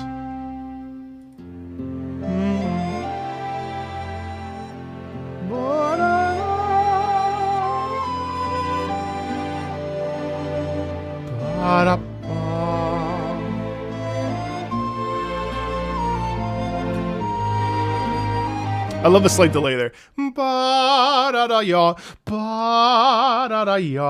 You might like Octopath 0 if you didn't like the first two, by the way, because I actually don't really like the first two very much at all. I mean, not to the point of like, never mind. I was about to be a bitch. Nope, don't be a bitch. Yeah, this is, I love the little rhythmic gesture, but this also is a very inviting sound. Ba-da-ya, da-da-ya, ba-da-da-ya. I find the story incredibly disjointed and unpleasant. It just doesn't really do anything for me, and I felt it was a bit shallow in terms of its story structure. I know that. Well, the first one specifically, I didn't care about the characters. I love the music though.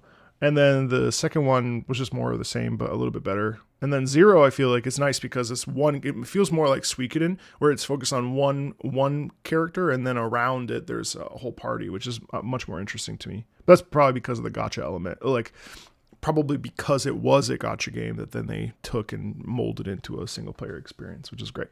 But I love how inviting and warm this town theme is. Really nice. Hey Mary, yeah, it's all through Patreon for this particular stream. Yep. Again, doubled rhythmic movement.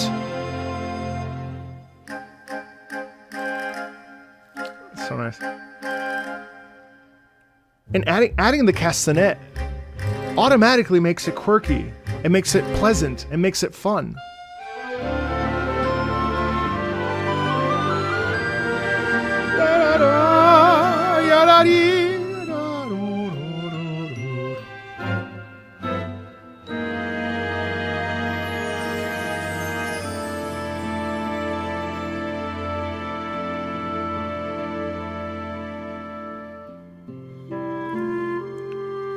And then also too, the loop is really beautiful because listen to this.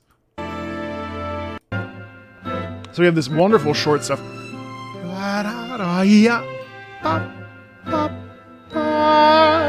Nice chord there. I think that's the 7th chord. And then we transition down into sustain. And then we go right into it. It's so lovely. It's a lovely loop.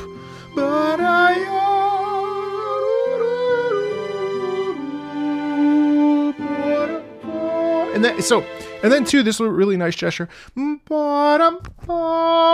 we have this like really nice short, long, and then just kind of really like cements in us, and there's a sense of relaxation into it, right? Also, it's a staccato, so it's sharp, it's short. Right, and it's so nice. It's so nice to go from that as we stretch out and sort of have a slight crescendo, because you never want to sit still on one note.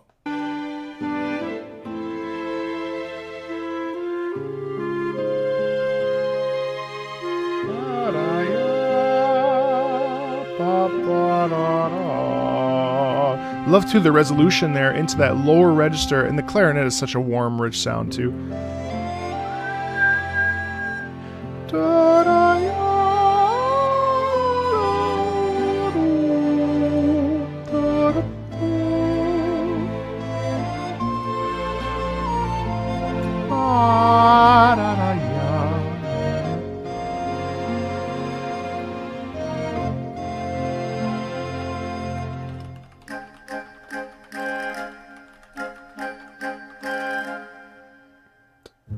And the gaps, yes, the small breaks are really lovely. They just add a little bit of texture and a little bit of character.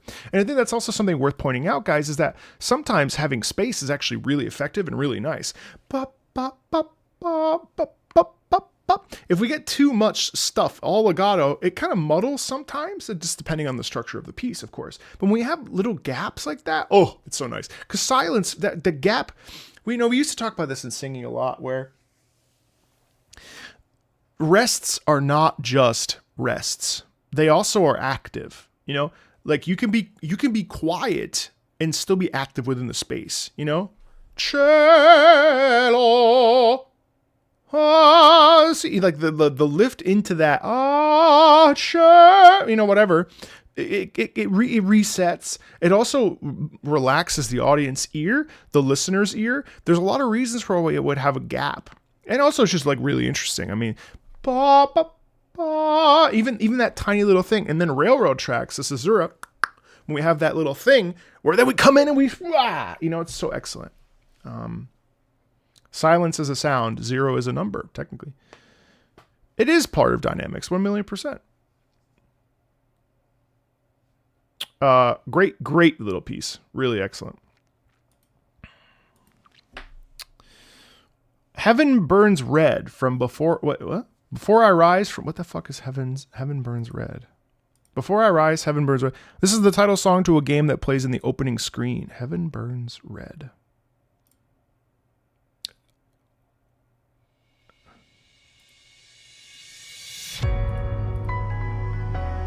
That's a cool...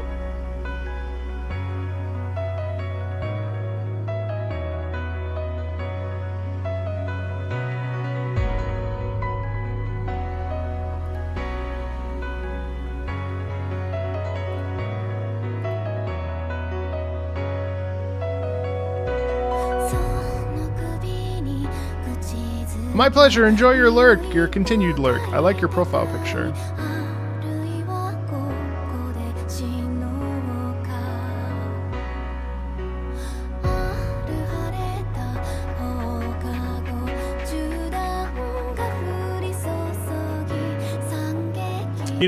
Even speaking beyond the song, now this sounds to me like an anime opening, and what's funny is that over time, I think. Now, I don't want to say that anybody should watch or like or dislike or, force themselves to do anything. But one of the most amazing things that happened to me was being forced to listen to music. I think more people should be forced to listen to music. I think we should force people to listen to music. Now, not for a long time, but for at least a couple minutes, we should be forced to listen to music. And the reason why is the more you listen to something, the more you can have a stronger and more impactful opinion about it. Even if you hate it, it's important. One of the most amazing things that ever happened to me was I was listening to Benjamin Britten. And I'll say the same thing for Richard Strauss. They are composers with music that I did not naturally find myself inclined to enjoy. And over time, what happened was I was either in a production, or there was something I was auditioning for, or there was some I don't know. It was in the listening lab, listening to music.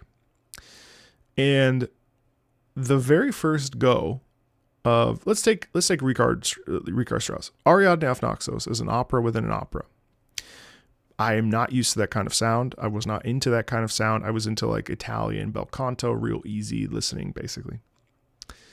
I'm in my apartment and I put on the first 10 seconds of Richard Strauss's Aria auf Naxos, and I instantly turned it off. I was like, what the? This is disgusting. I hate this shit. You know? And then that opera, after being forced to listen to it because I had to learn the part that I was doing, I ended up falling in love with I cried at Ariadne auf Naxos. An opera that, like, when I first heard it, I was like, this shit is ass. I never want to listen to this. Same thing happened with Benjamin Britten, Peter Grimes, The Rape of Lucretia. There's a couple roles. There was a role in The Rape of Lucretia that I really wanted to do.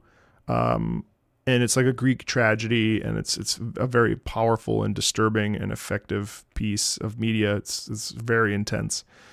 And that was another opera where I was like, oh man, this sucks. Holy shit. Rome is now ruled by the Etruscan upstart. Whatever. And then there was also, I was doing Turn of the Screw was another one where that was like one of my major roles in grad school. Miles, miles, miles,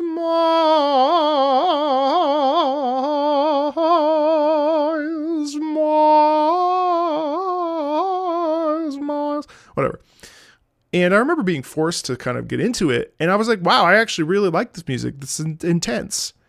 And so I do think that we should force people to sit down and listen to music.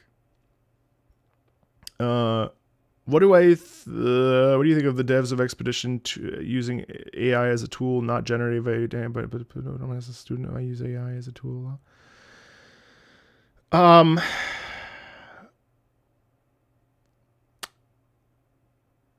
The AI topic is very complicated, and which is why I read that out loud. I don't think that I'm the appropriate person to, well, I have my opinions. I don't know if I really feel the need to share them.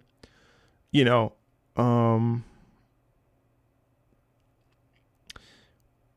do I think that you're going to ever find a nuanced take on Reddit or on Twitter?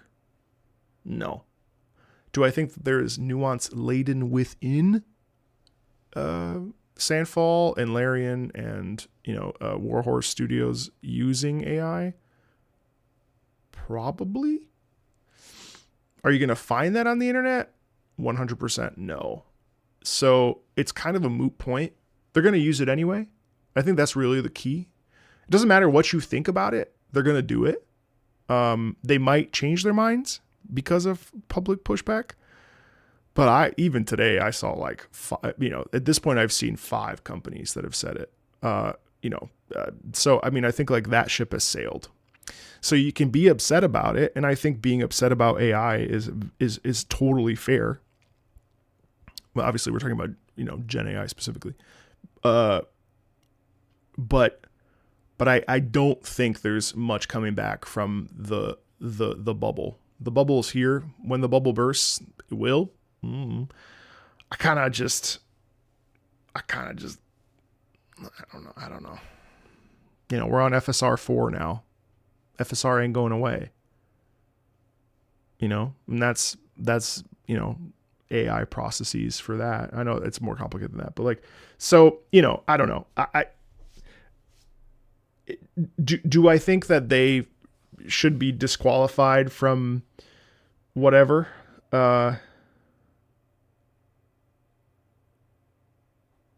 You would recommend people to go watch Bricky's recent video on arc raiders and skill up. Here's the thing. My wife works in tech, and it's a totally different ballgame for them, where if she's not up on the latest AI tools, she will actually get left behind. So it's very the opposite of what I kind of deal with on a day-to-day basis, which is music and artistry. And you know, her and I have had discussions on AI, obviously. And I think, you know, I don't know. Do I want AI music? Fuck no. Of course not. Do I think it sounds like shit? Yeah. Do I think that the Arc Raiders VO is stupid and they should hire somebody to do those lines? Yes.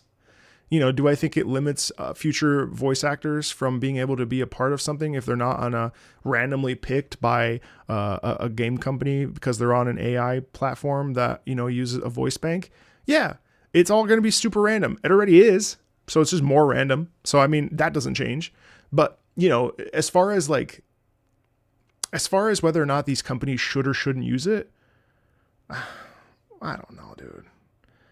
You know, it's all how you use it. And I think like there is,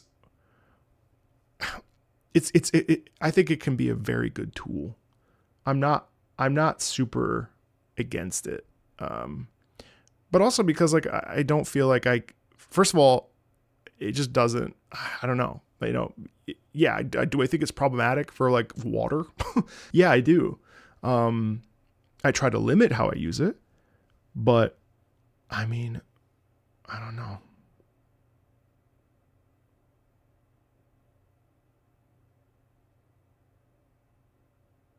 That's what it is. You know what I mean? Plus, unless you choose to, what browser can you even use that doesn't use AI? I will say, like, I don't need my email to fucking tell me the synopsis of my email. That's fucking dumb. Like, that's a ridiculous use of AI, and I don't think that's necessary. Because I don't think we should. The thing is, Poison Zero made a good point about anti-intellectualism, which has been a trend for a long time. This is not new. Anti-intellectualism is very in, and it will continue to be. You know.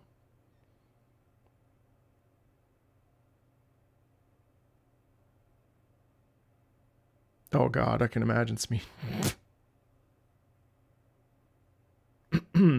Doesn't Safari also use AI? There's no way that Safari doesn't include AI within its search system.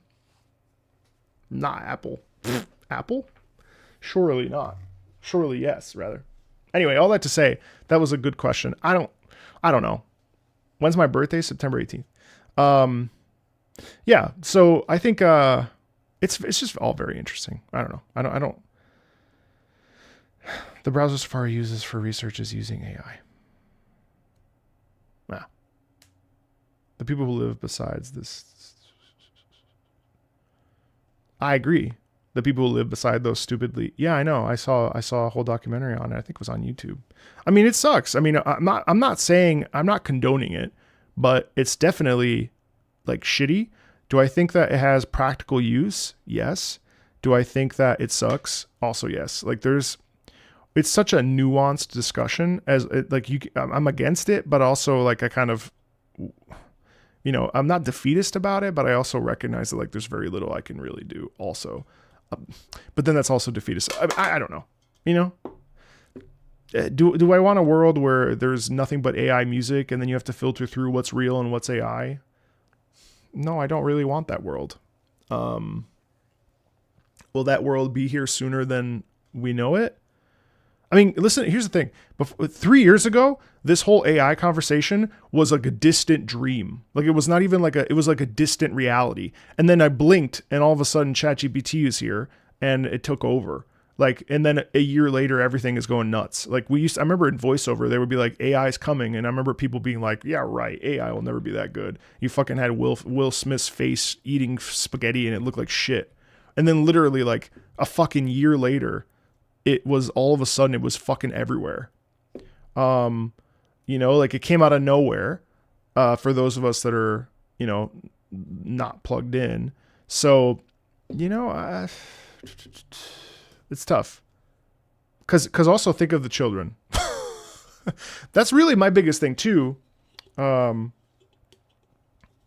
know, I think I worry about the kids. You know what I mean? So, cause they're the ones that are most. I mean, listen, Dorian, I don't think that Expedition 33's use of that AI as a placeholder that they forgot to remove from the base game. I don't think that doesn't change my experience with the game. It really doesn't. You know what I mean? Like that doesn't make me think that the game is not as good, you know, or like it was still made it was still like in the hands. Cause frankly, like there are plenty of processes in the process, in the game making process that are tedious. Concept art, I don't know. You know, I don't know. Should concept artists come up with shit from their brains? And yes, probably. But it's the question of over reliance, you know? So anyway, I don't know. Sorry. That was a good question. Hopefully chat doesn't look down on me or anything. It's just, you know, it is what it is.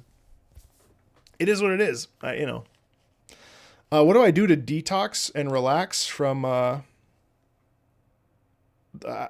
don't blame you for seeing that. It's totally fair. Yeah.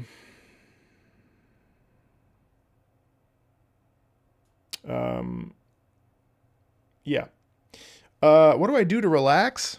I just sit on the couch, watch movies, and play more games. That's my life. Anyway, let's keep listening here. 季節が来た風が止まった風車も止まった吹い子も止まった音も止まった息も止まった心臓も止まったそして全てを失いにできたどうかそばにいてこんな悪夢も苦しいほど愛してたできれば笑って幾億光年いつまでもいられますよお願いしたんだ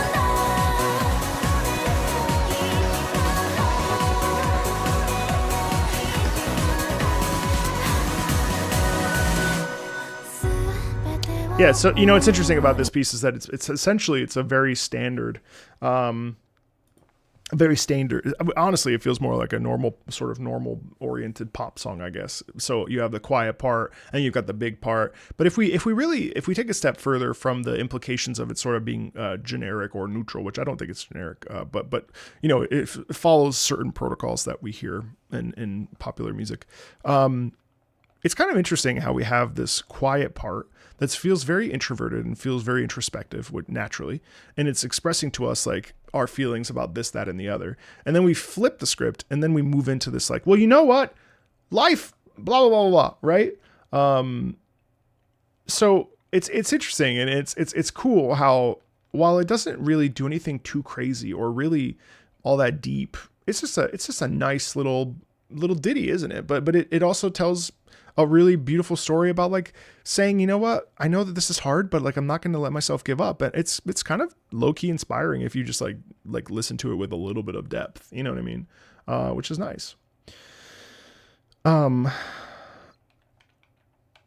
You were messed up over the controversy with Larian. Well, I think Larian, the one mistake Larian has made, well, first of all, they said they were never going to use AI, number one. And number two, apparently, supposedly. And then the other thing that is tough with Larian is that they have endeared themselves to a very, very, very large swath of people.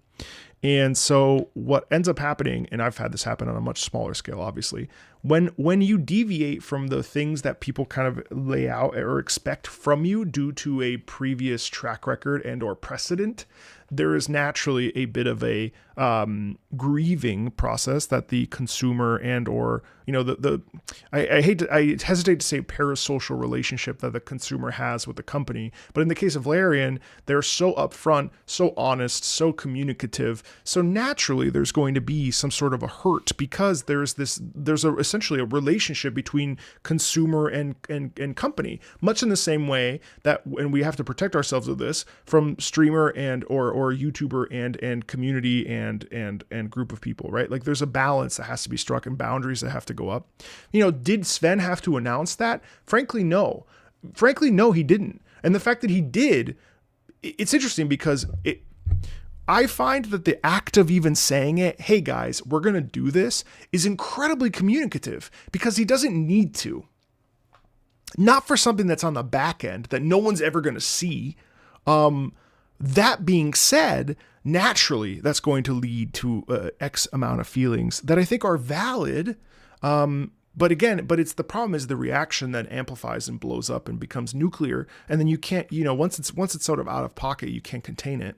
And then people, of course, are harsh and disrespectful and critical and all that other stuff. So it's an interesting situation with Larian specifically because they've endeared themselves and they're very, like, you know, pro artist, obviously, and pro game dev. So it's a very interesting thing. You know what I mean?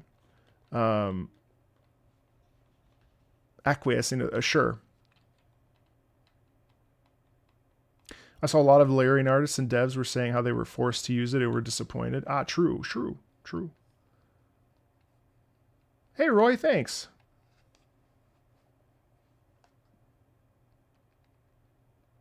Robert, no, I don't. I bet you that's really interesting, though. And as far as your question, Monkey, yeah, my entire gaming life has changed since starting a YouTube channel and becoming moderately successful. Yes. I play games. I've done a better job now, but in the beginning, I basically lost all of my gaming friends because I was so prioritized with making content and gaming for the sake of gaming and so on and so forth. With a lens that it made gaming a little bit more difficult. That's why, like, you don't see me streaming every game because first of all, I don't want to do that. But then second of all, there's a line between, like, let's take AC6. So I love Ace Combat. I loved Ace Combat 6. I loved playing it. When I was finished with my workday finished when I was done streaming. I was done streaming Ace Combat. That was when my workday ended. So when I was done with it and I would pop over to like AC7 for fun, I still treated Ace Combat 6 as a part of my workday. That is not me like playing it just for funsies. That's me trying to be a good host. That's me trying to, be engaging, be funny, be interesting, be like a good gamer. So there's a degree of, same with Wuthering Waves. I love Wuthering Waves. I play it off stream, sure, but I play Warframe off stream as well. But when I'm playing a game on stream, inevitably when my workday ends at 5 o'clock, which is the way I structure my life, I may still play that game, but then that becomes playing the game because I want to versus playing the game as part of my work schedule. So there's a difference in the way that I carry the game. It doesn't make me tired of the game. It doesn't make me unhappy with the game. There's plenty of games that I would love to stream, but I just don't because those, like Guild Wars 2, I barely stream that game. I play Guild Wars 2 all the time. I play it when I'm not at work because it's not my work game. Not really. You know what I mean? Like Trails in the Sky is not my work game. It's a game I'm playing for me. It's a game I'm playing for fun. Maybe I'll do a video on it, but usually I find that when I do a video on something, I immediately turn off on it. So it's like, that's also a predicament because like where winds meet. I made the video, inevitably 2 days later I stopped playing it. Not because I made the content around it, but because I was like, oh, that's like the pillar, the signpost. I still play Where Winds Meet tons of time on my own, but inevitably when something becomes content or becomes work, the mental shift happens where I don't clock out, even though I'm having a good time. I don't clock out until the game is over. So, yeah. Anyway, let's keep listening to this. 子供のようにはしゃぐそれは許されるかな Long answer, but I think you understand. そうだすは海へ行こうおもちゃをたくさん持って君も一緒にどうかな風が吹いた風車が回った I love that. She goes, so she fills out that space and carries over to the next note by doing a slight crescendo and into the next note. So she kind of muddies the notes. She doesn't go, ooh, puppy, pup. There's no gap, Not note.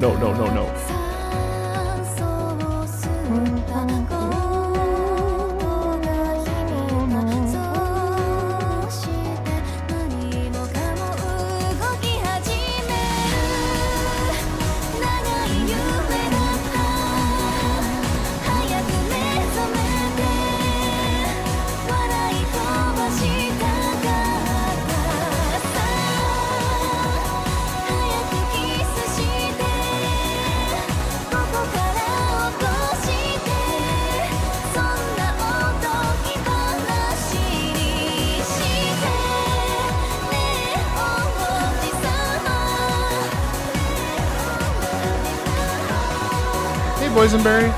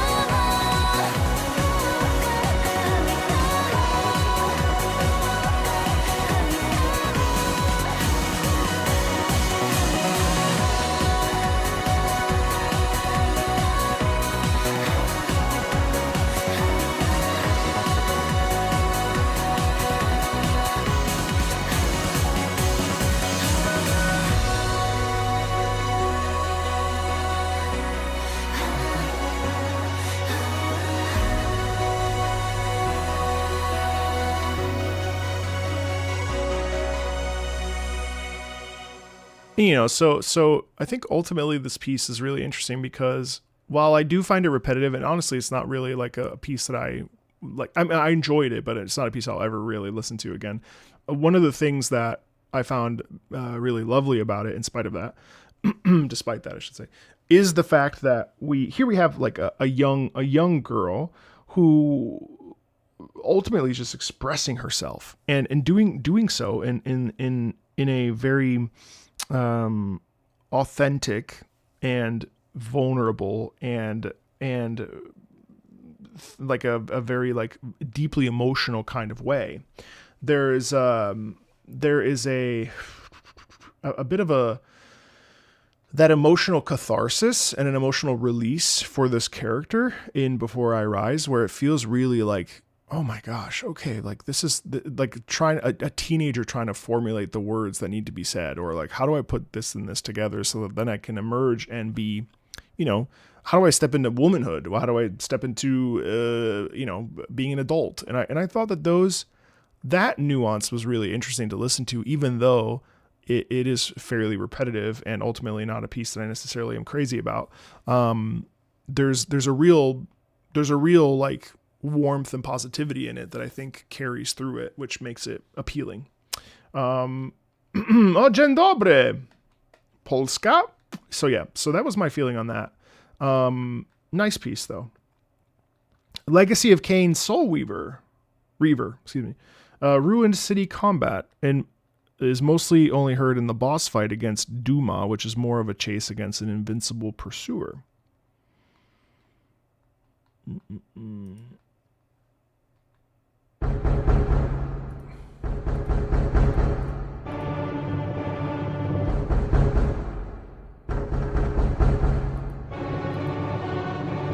A real cat and mouse aesthetic.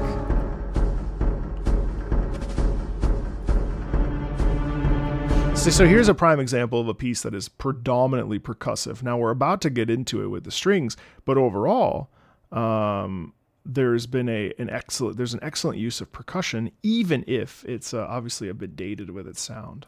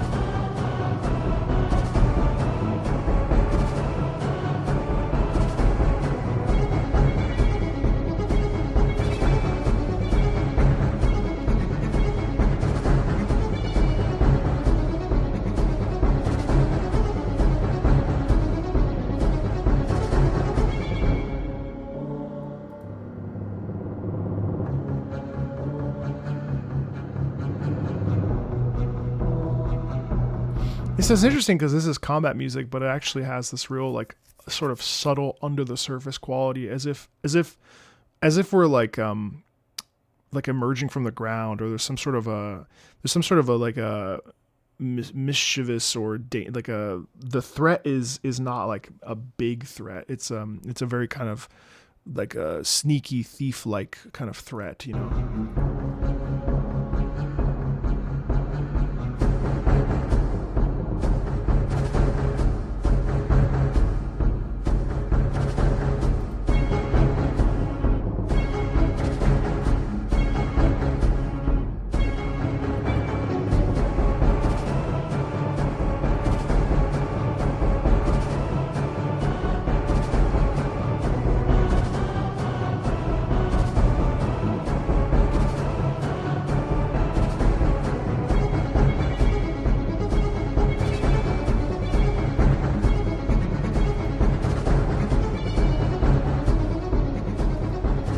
See, and then here it's interesting because then here we get some twisting and turning, and it's interesting how the stakes sort of dial up even though we're near the end of the piece. I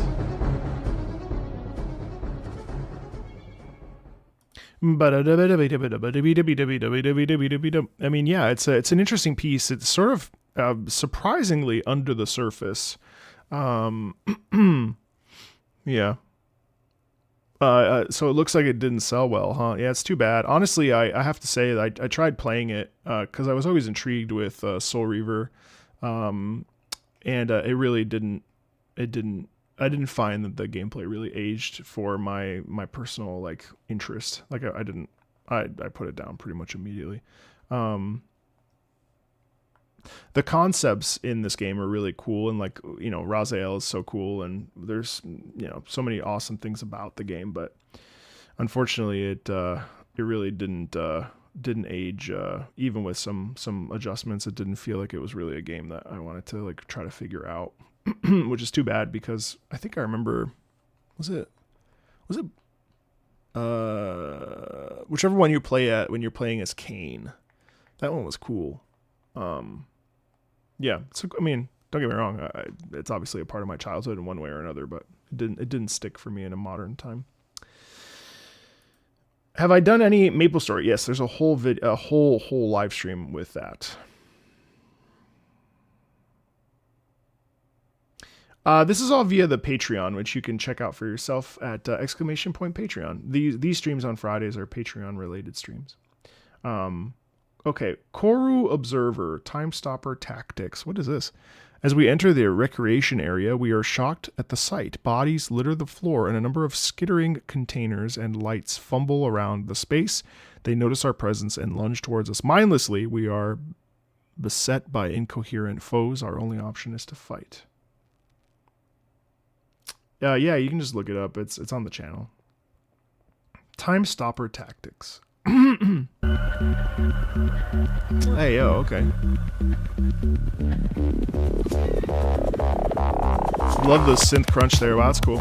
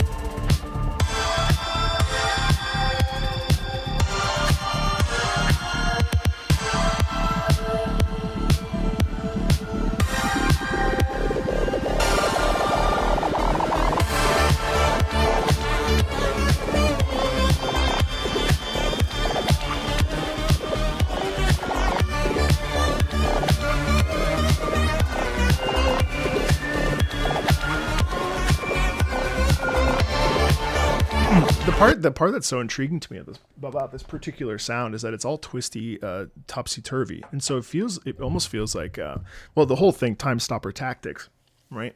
It feels like we're distorting and twisting time by manipulating the warble on the sound and you know, just spinning in a circle, almost like as if you're being flushed down the toilet. The synth aesthetic is really delightful because the rhythm is very momentous. Momentous. Pulled that word out of my ass. The rhythm has a lot of momentum, and so it feels like we're like sort of on a train that's not stopping, while also twisting us at the same time.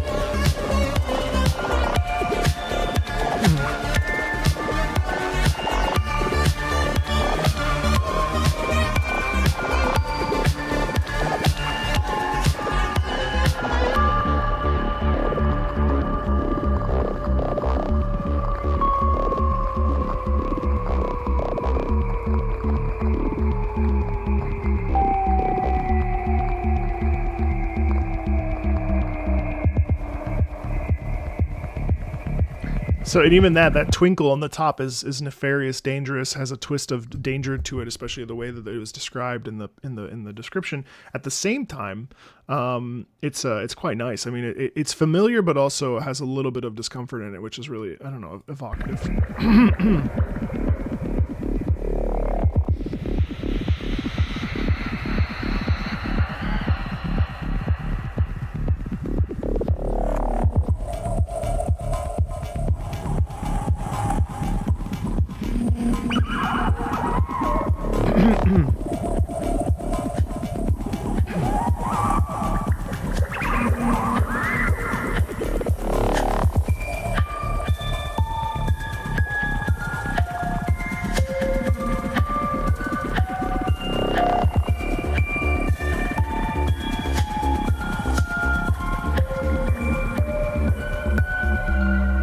It's interesting because it's actually like kind of has horror elements with some beep ba beep ba beep ba ba ba.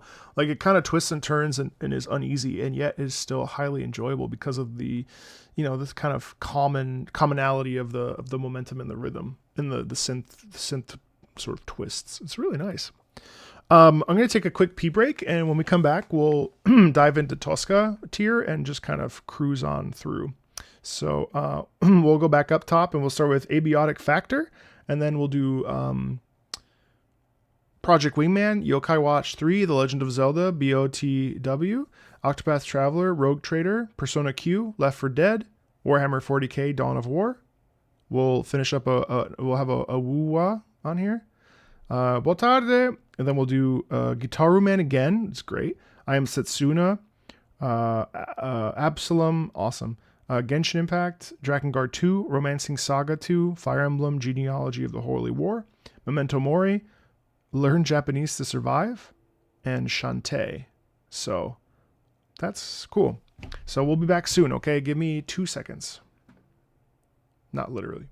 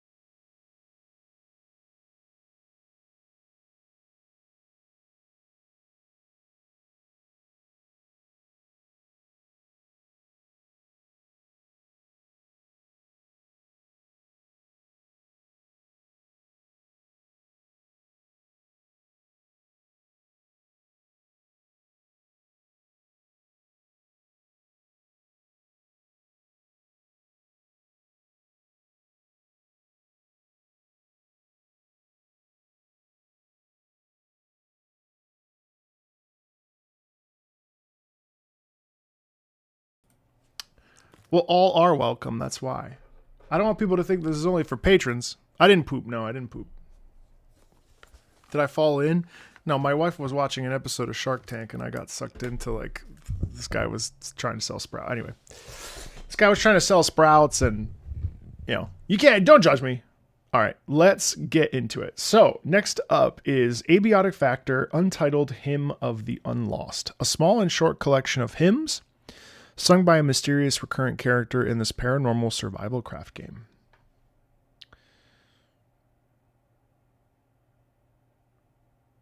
He was trying to sell sprouts. He was selling a machine that makes the sprouts for you. And they said he wanted 500,000 and for like 5% of the company, and they weren't willing to meet that. And so he walked, and I was like, wow, that's so impressive to be like, no, I'm worth this. I was like, whoa, all right, look at the balls in that guy.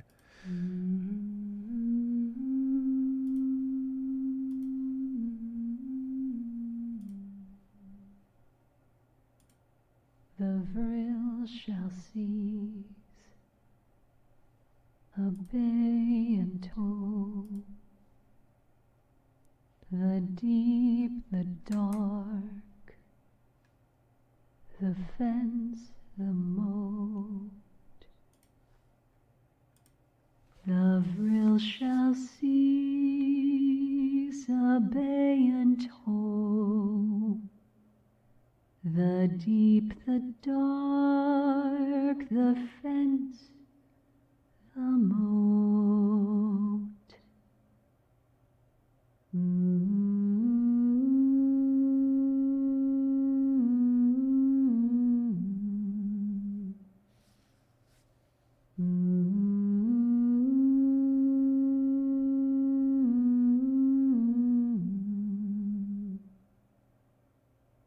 The core, the deep, the wires that weave, the heart, the eye, unbring the sky, the hearth in flight, the shackled sight. You keep the lock and leave the light.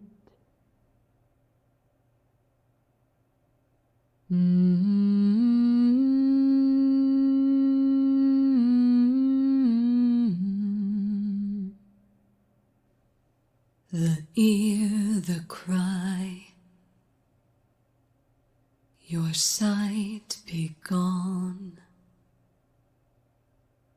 The deep, the night, unhear the song.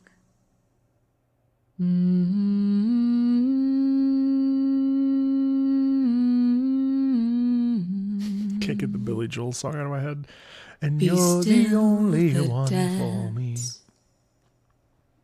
Embrace And so it or goes, fly. and so it goes, and you're the only one who knows. water I can't stop thinking about Billy Joel. The spirit lies.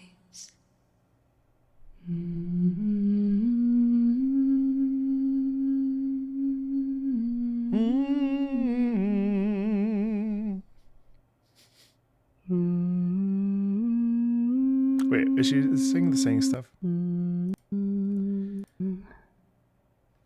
Must first begin. All right, I feel confident that I can talk about this now.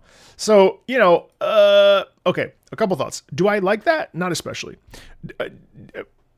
Now, that being said, what's really cool is humming and singing like this is the thing that we all do and we all can do. And that part is very cool because what it means is that this is the reason why it's so uncomfortable is because it's just who the fuck is randomly humming and singing anywhere, and certainly in Abiotic Factor, like in this sci-fi sort of like cave, like structure, tech structure, like no one's you immediately are like, what the fuck's wrong with this person? So I think like it's interesting because singing and dancing is are such defiant things to do because they deviate from the standard protocol of most people. Most people are not humming. Most people are not singing. Most people are certainly not dancing. And to create the feeling of tension in that, it's very cool. And obviously, exactly, the fact that the player will naturally find the NPC by way of this disturbing humming is very evocative. And I think it's great. Do I particularly like the melody? No, not really, not at all.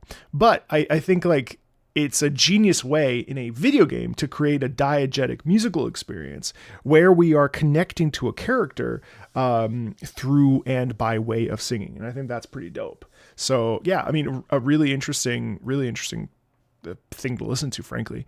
Let's listen to Project Wingman because we're celebrating Ace Combat. Curtain Rise, Jose Pavli, Project Wingman, enough said, heavily inspired by Ace Combat. I love Jose Pavli's work, though I would suggest the Homeworld song, Oh. Well, everyone, Homeworld, Adagio for Strings is like, well, you gave me a choice. I'm picking Pressure Grim. Sorry.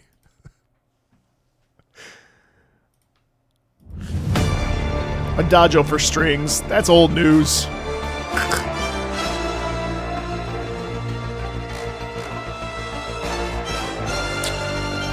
They gave me a choice.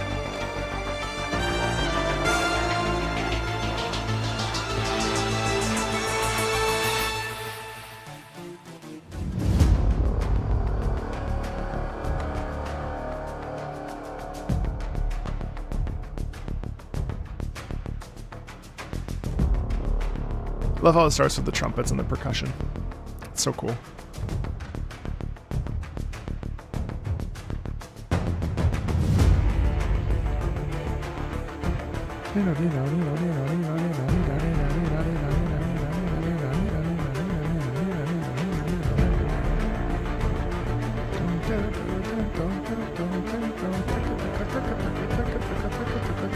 Natural, like, climb and build up.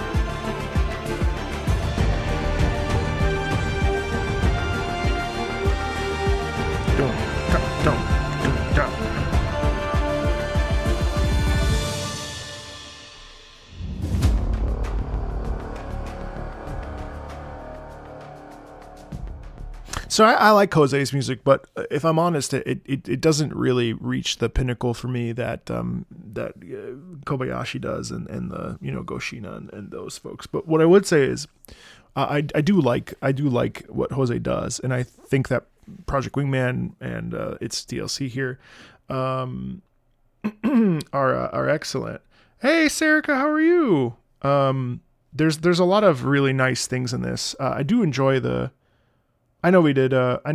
We're waiting because they said that they were going to be away or something. So I was just. That being said, the percussion in here is really lovely. We'll get back up top to it. Don't worry. I'm going to do it at the end. The sort of direction that we go in with this piece is really nice because there's a natural build up and it does have that terrific rhythm. What? Oh, there's another turn dot that I missed. Okay, I'll go back to it. Oh. Okay. So there's something really nice about this love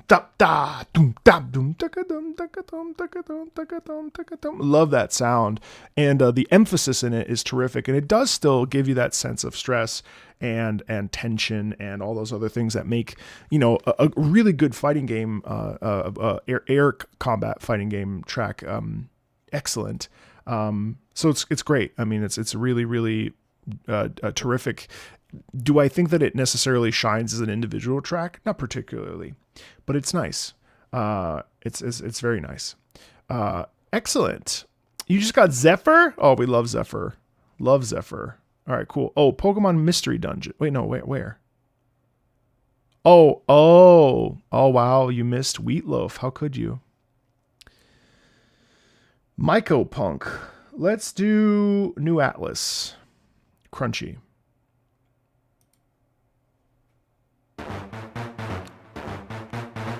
Oh, fuck yeah. Are you kidding?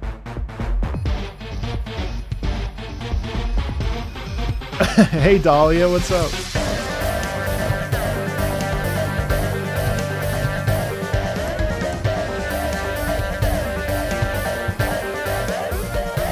Ace Combat 8 is real. It's true. It's true.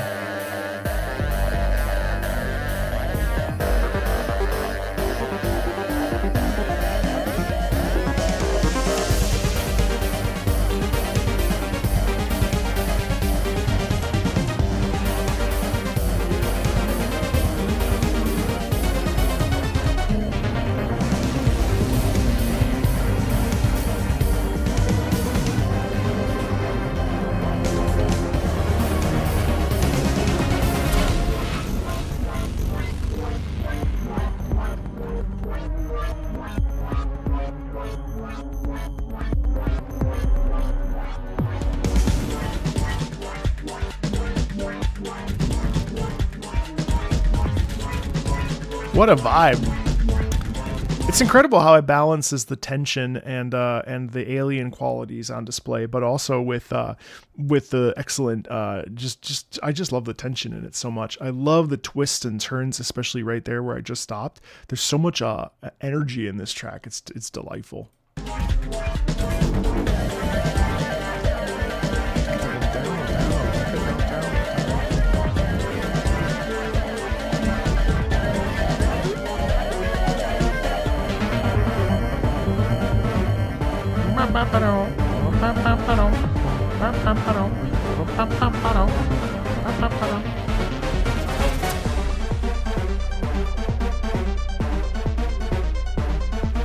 Oh, that's so much fun.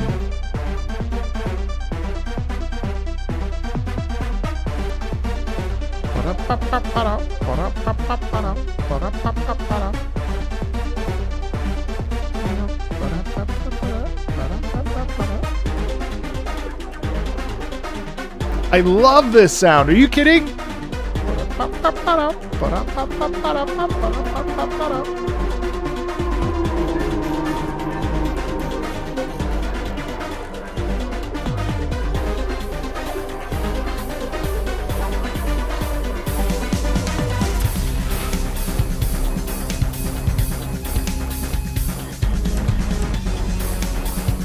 I love the present danger in that. Man, that part's really cool.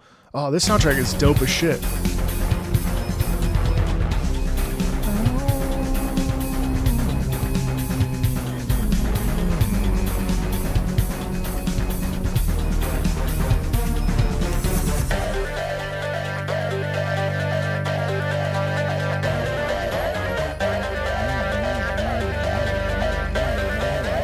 Hey, Reverse Card, what's up?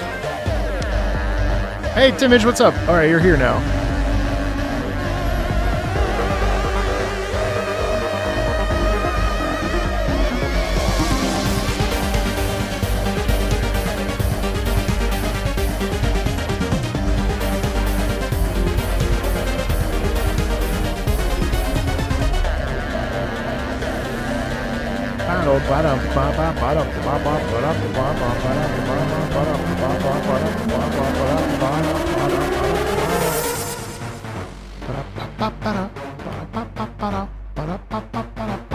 Oh man, I could listen to that for 10 fucking minutes.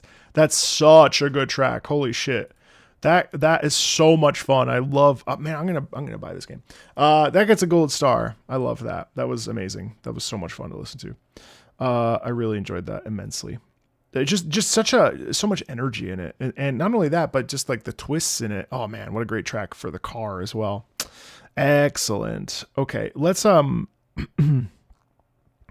okay, so since Timage is here, we'll just bump up the Wuthering Waves track too. Went back through Wuwa and stumbled over this piece. This makes me feel like a bard telling a story in a tavern, and wondered if you remembered it when it was playing. There were so many gems in 2.7.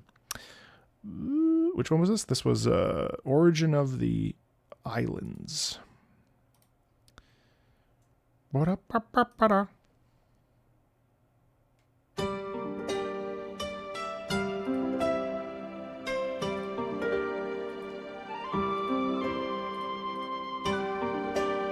No worries. Yeah, I appreciate how bright that is. I appreciate how energetic it is, but like it has a nice lilt to it, and it really feels like it's like I mean, it's interesting. So the album is called Dawn Breaks, and it feels like it does feel like we're regaling a story, but it also feels like there's this warm sunlight shining through the window or something, you know?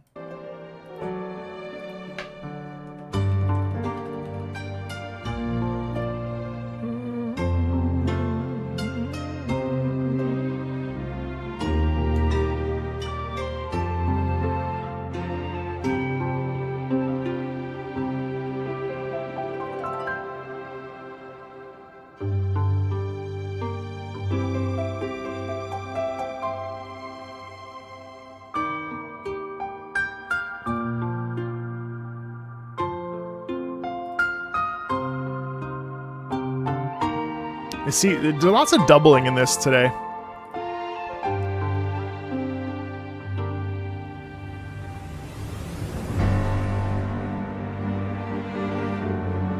Oh, wow. So it's interesting because at the beginning it's like, let me tell you a story. And then in the middle, it's like, the story once was. And then we start to hear it really is that bard telling the story, because then in the middle we have that shift. In the middle is when we are celebrating and showcasing the once upon a time there was a, whatever.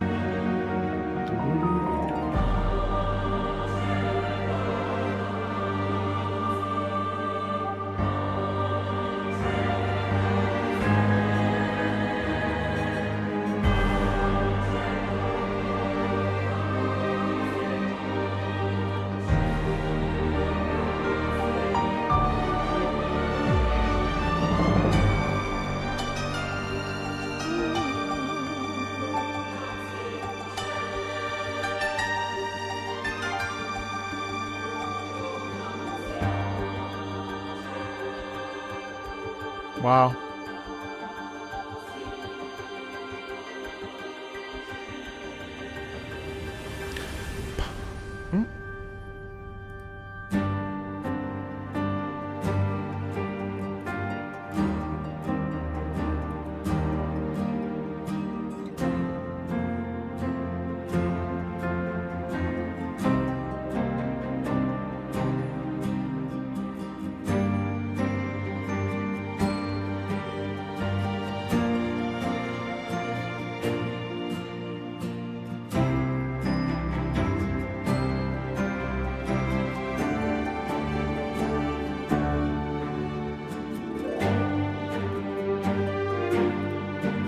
And through that darkness, there existed a swirl, blah, blah, blah, blah, blah, blah, blah, you know?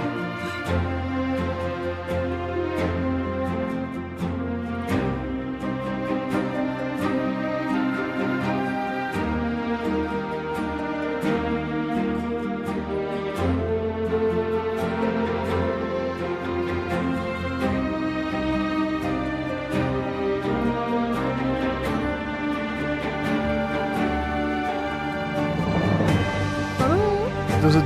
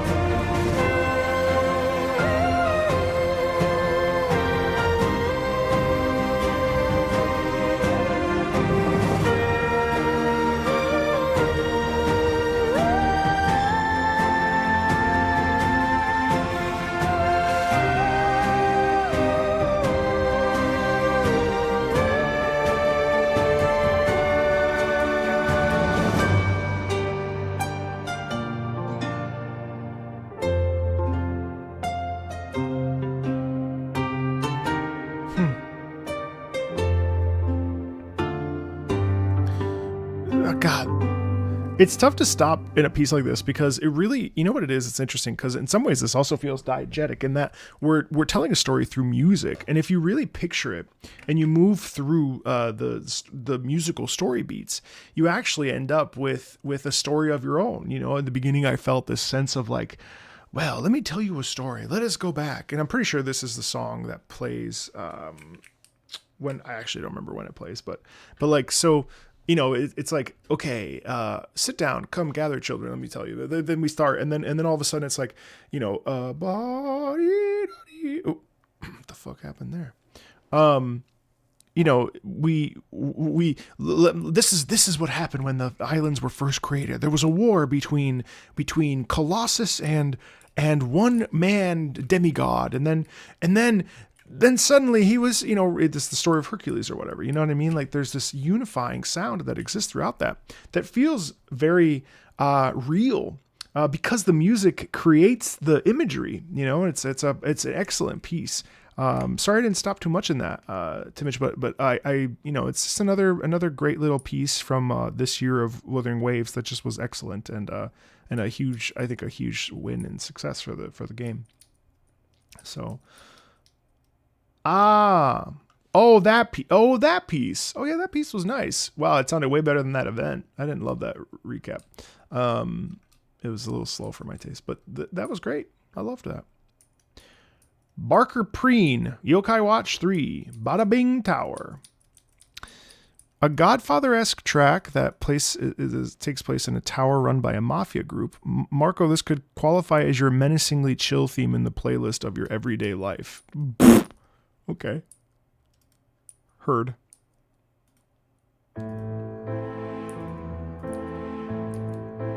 Yokai Watch 3. No one talks about that.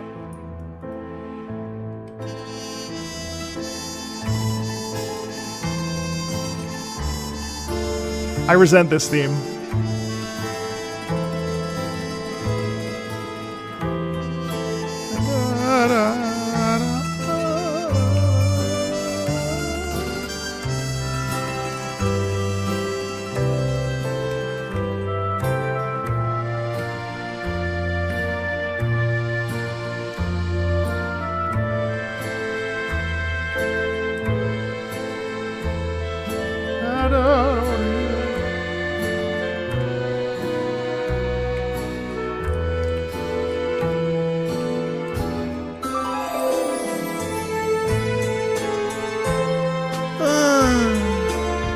What are you doing? Welcome to my home. Today, on the day of my daughter's wedding day, I'm gonna make you an offer.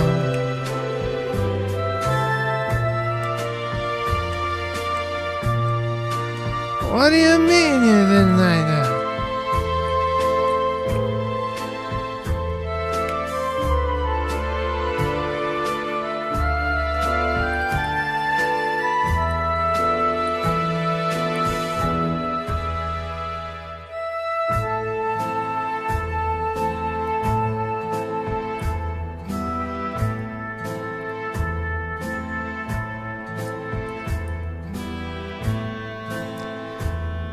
What do you mean you don't come to me on my daughter's day and my daughter's wedding day? And you tell me that you don't want this? I'm a yokai. I'm gonna scare you. Oh. That's cute. Cute piece. Cute piece. That's a very charming little piece, isn't it? Dark Beast Ganon. The final battle of the game, with all phases perfectly blended together. That's heard on the official album. I'm going to make a video about this in 2026. I think it's still relevant. I'm going to find a reason to like the Breath of the Wild soundtrack. The music gradually climbs as the phases go on, right up until the final loosening of the final arrow. In the track, they use a drum beat very similar to the galloping of a horse.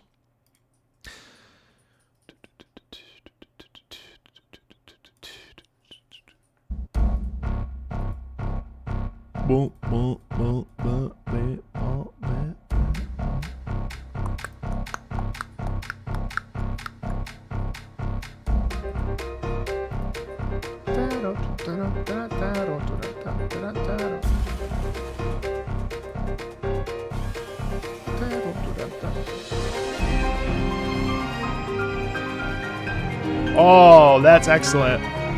Da da ya da yo.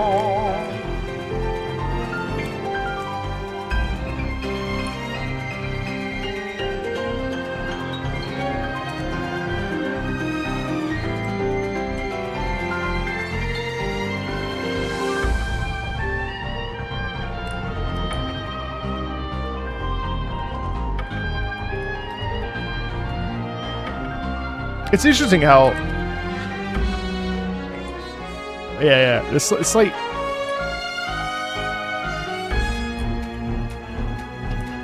the pulse is really interesting, actually. Don't say that, Captain.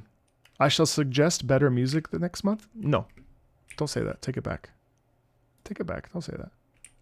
Your music was just fine. Don't say that. Here's the thing. In my opinion, I have a responsibility to tell you the truth about how I feel about a piece of music, not in a disparaging way. Unless it's intentionally bad, in which case, screw you all. So, there is no such thing as better music. It's just a question of, you know what I mean? Both music is good. Don't worry, I have a big ego. What does that mean? There's always more to find. It's true, but please don't say that you had bad music or you'll find better, because it was perfectly fine. It was perfectly okay.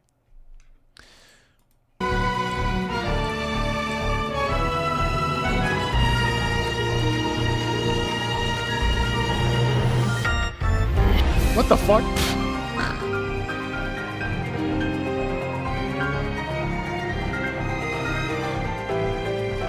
This is like excellent improv.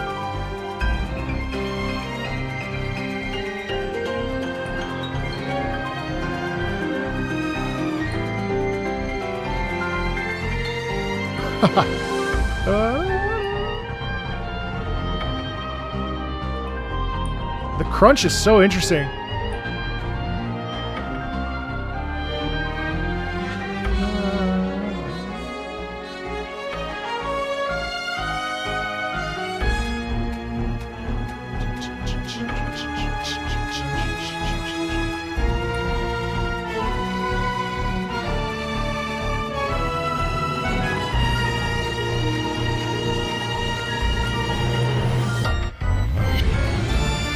So wait, what theme is this?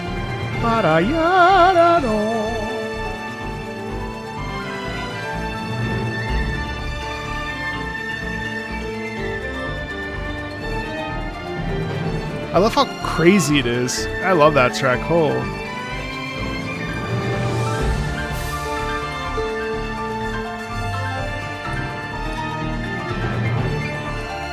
Sounds like, it also feels like the meter is slightly mixed. It's got to be mixed meter. They're just like riffing over top of it. That's fucking crazy. What's that theme in the back? Yada yada yada.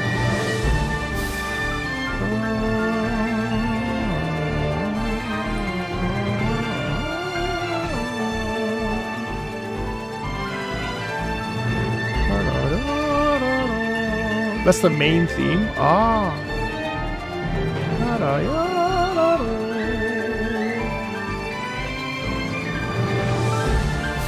Hi, Lights. How are you? God, the.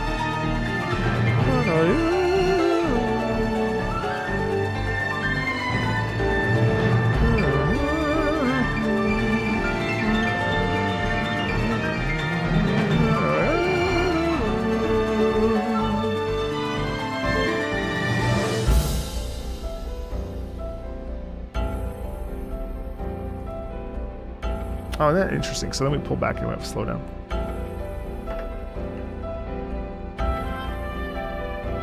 Oh! Oh!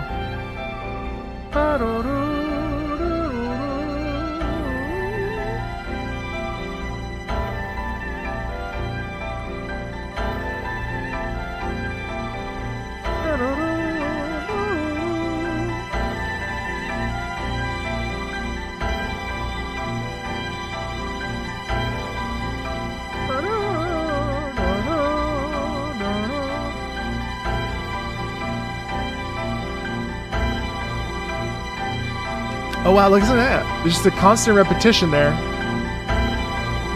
Da-dee, da-dee, da-dee. No, what the fuck? What an ending. Okay, I didn't love that ending. Yeah, so I mean, I thought that was nice. I've never heard this in game. You know, I thought it was really cool that we had the pulsation the whole time, and then the riffing pianos were really fun too because they were essentially improvised, so it like naturally led itself to this feeling of tension, which is really neat. Yeah, I liked that. I don't think I finished this part of the game. Well, it was the very end of the game. Had to move across the country before I could, and then dispatch an expedition 33 took precedence. Fair. Are we doing more video game suggestions next month? Oh, always. It's always video games. I liked that. How amusing seeing something funny for the first time. Yeah, Octopath Traveler. Classic.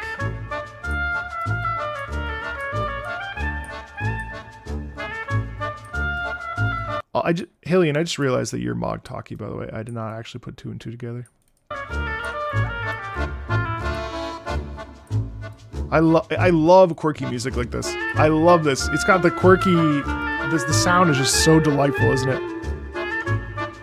Real funny clarinet and the accordion. But klezmer, actually, yeah, you're right. Actually, let me look that up.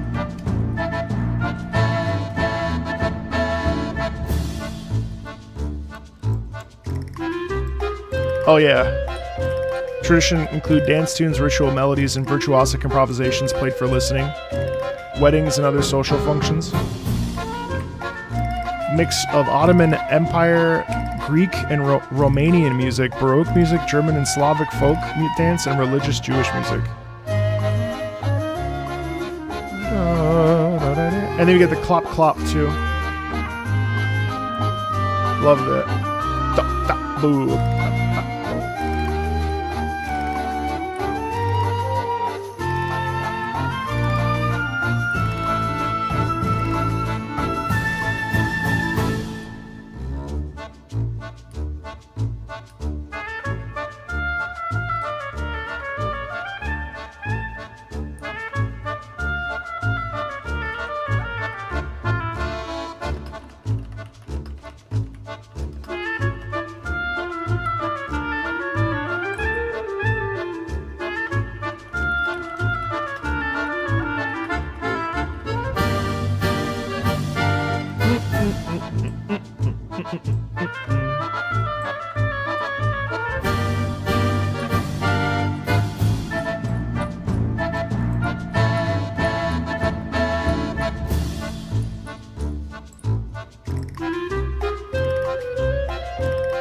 Also, there's some really nice variation too. But the clarinet sound is always so fun to me.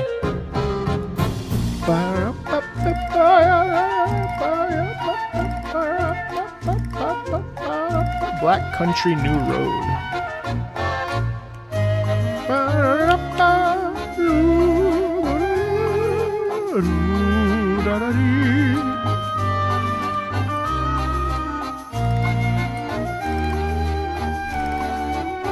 I mean, at the end of the day, the thing is, like, you know, you may not like Octopath Traveler, and I think that's fair because I don't really like it. But what I can say is the music of Octopath Traveler, like, consistently is a treat. A treat. I see. Just such excellent music from top to bottom. He Who Holds the Key from Warhammer Rogue Trader. Yeah, Nishiki is phenomenal. A song about a brother doing everything to be better than what he is despite harming those around him. Ah. Wow.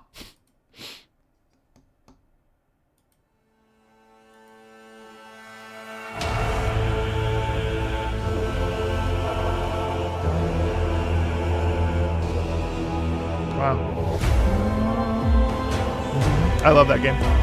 It's one of my favorite rhythm games ever. I love this.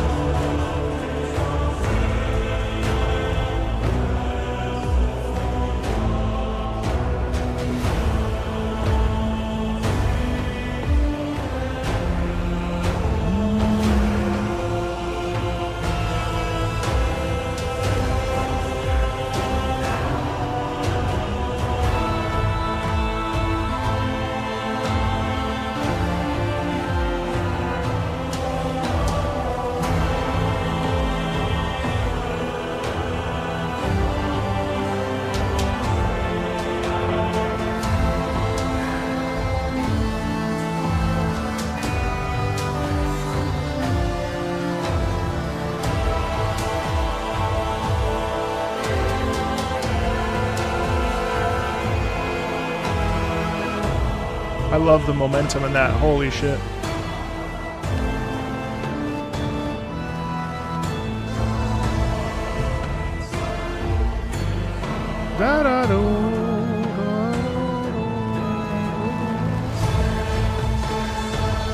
See how there's a lot of doubling in this as well?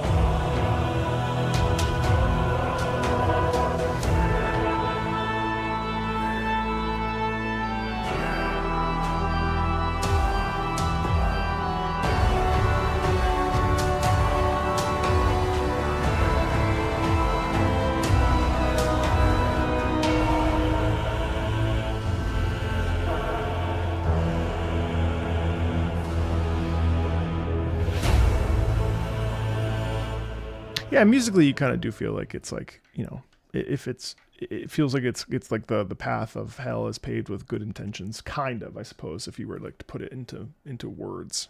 A really nice piece. Rogue Trader, I really should sit down and play it. I feel like of all the CRPGs, I'm giving Divinity Original Sin 2 another go. I just don't like the genre very much, and I kind of have come to terms with it, but I would like to Mechanicus Rogue Trader is, I am excited for Mechanicus 2 for what it's worth, but Rogue Trader is cool. I should give that another try too. I think I actually would probably like it the most. Again, time. Plus, I feel like with the CRPGs, I have to actively use my brain, and I think I've discovered that with video games, I prefer not to. Persona Q, light the fire up in the night. Persona 4 version, the battle theme from Persona Q. This song has 2 different versions depending on which side you pick at the beginning of the game, Persona 3 or 4, and the 3 version is just as interesting. That sounds fun. Let's listen.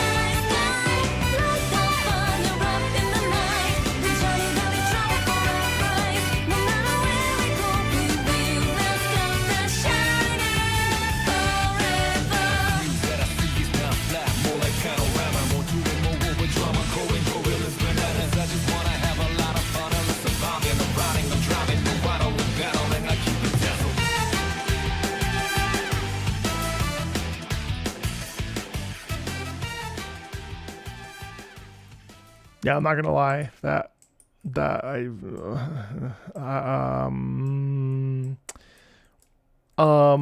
definitely want to put that in a one of the like videos I want to do in the new year is rap music in games. So that's definitely going on the list. I liked the core, like the nice vocals part, but overall that is, oh God, this is mean. Okay, how do I word this? That was everything I don't like about Persona music. I did not enjoy that at all. I found that to be so incredibly annoying. It just is. It's so like put on. I don't know, man. I can't. It just feels so like. I know what the goal is, and it obviously it's like a feel good moment. But God, I really. That's like everything I don't like about Persona music, in a nutshell. The trumpets. I feel so bad because, like, you know, I don't want to poo-poo something, but I really don't care for that. And I think I'm trying to figure out. I'm just trying to figure out why, because I don't think it's composed poorly, but it doesn't. It's just something I would never put on. Would never listen to that. But I've struggled. Honestly, there's only like Beneath the Mask is probably the only. And then the very chill like music that starts from Persona 5. There's another really chill piece. That is the only that's the only song I actually like from Persona. I don't know. I can't figure it out. But I always want to hear more. So just like keep throwing it at me until I eventually just love it. Right? Like I said earlier, force me to listen to Persona music. Left 4 Dead 2 Counter-Strike Global Offensive. All I Want for Christmas. Did I enjoy the Metaphor soundtrack? Yes. Slightly more. Yes. Yes. Yes. Yes. Yes. I think so. I believe I did. All I Want for Christmas. The Christmas single of the infamous in-universe band, the Midnight Riders from Left 4 Dead and Counter-Strike. Felt like a nice, sincere addition to the holiday season. Yeah, I don't vibe with basically any. I do. Don't get me wrong. I love The Specialist.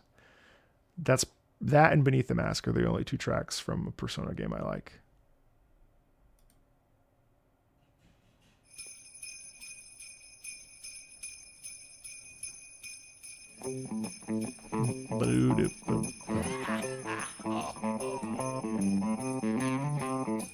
All right. Yeah, Metaphor is a nice soundtrack.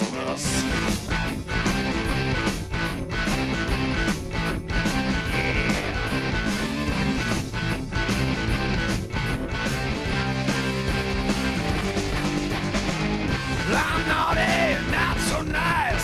Someone who wants you dead. I know when you're sleeping and I know when you wake. Got a shot full of bolts and I'm hiding under your bed. Got your cookies. You're okay, Benji, no worries. Got my shotgun trained on the chimney.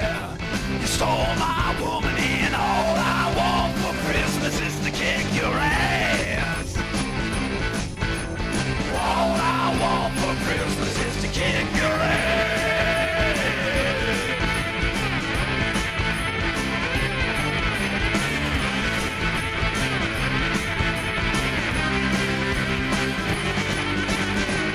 White beard, blood satin suit, looking down on me from your sleigh.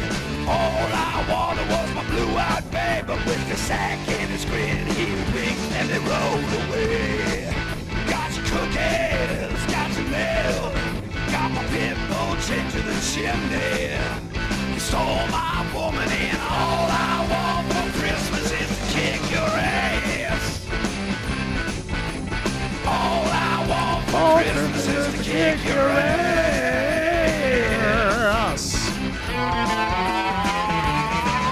Oh, yeah.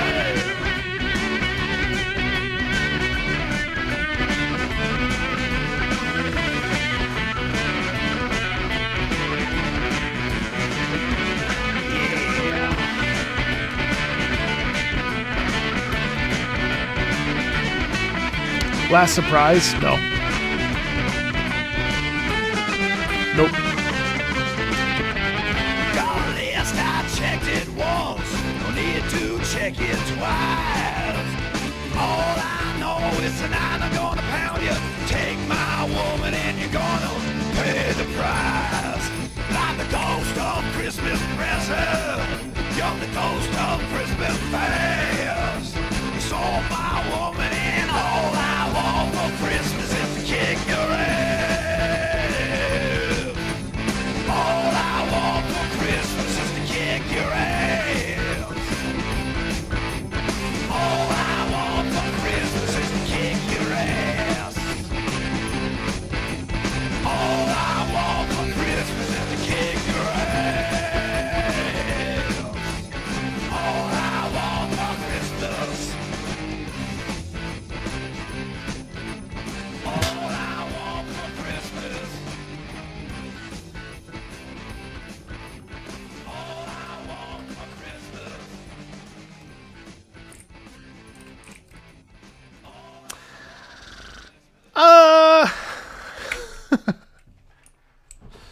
Man, yeah, this, I mean, don't get me wrong, it's definitely appropriate for the Christmas. This is another one that I heard in the game and I was like, okay. It just doesn't do anything for me. I think, you know, it's hard. This especially is a sound that I just don't care for. Don't worry, Tsumi, you didn't miss much. You didn't miss much. I'm sorry, I'm being so honest. Fuck, I can't help myself. Warhammer 40k, Dawn of War, Necron theme. After your recent listening of 40k with a certain enthusiast, I was really surprised there weren't any songs from the original Dawn of War. I don't like ZZ Top. Yeah, correct. Especially considering, which begs the question, well, what music, how do we naturally come to music we like or don't like? Like what brings us to music? What makes us like things? What makes us dislike things? I'm going to play Celeste in the new year, I think. Especially considering how well most of it fit. Think this one. This is the theme for the most unique undead armies in fiction, declaring a war on a civilization of godlike beings out of jealousy, entering a Faustian bargain with an eldritch monsters, and having their own souls and flesh stripped away, being turned into an army of unfeeling mechanical slaves. Oh, fuck yeah. Rising up against their masters and enslaving them in turn, going into stasis for tens on millions of years to bide their time, and finally emerging in the present day ready to reclaim the galaxy and wipe out all life. The music works well for the gameplay too. They started extremely slow, barely crawling around and struggling to exert control over the battlefield, but once they get going, they turn into an unstoppable tide of death, being able to teleport their whole army anywhere. Field actually invincible monsters. And even turning their headquarters into a terrifying main battle tank. Okay. Necrons.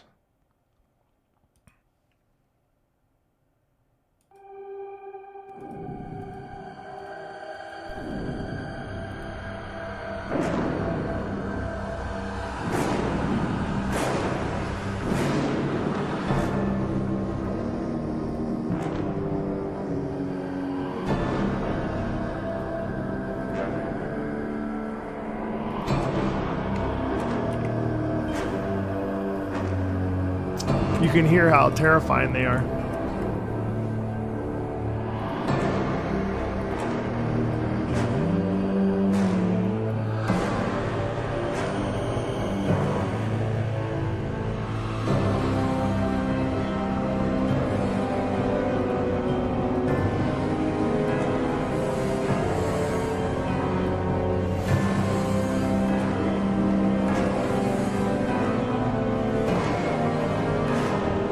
Build-up is interesting.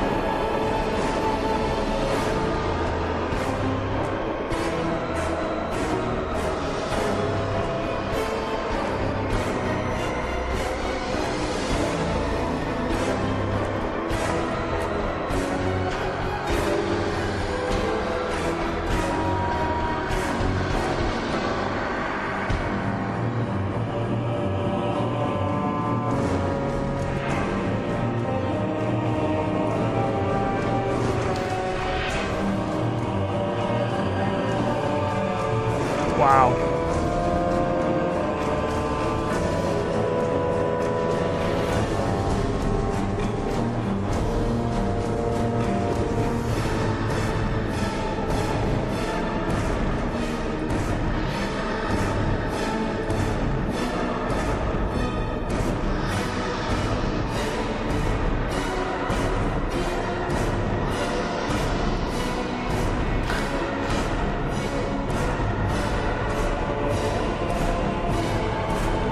Wow.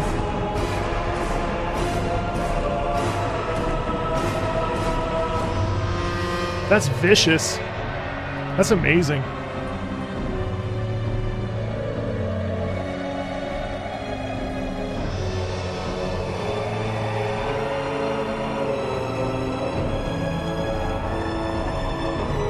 So the string, it's ascension and shit.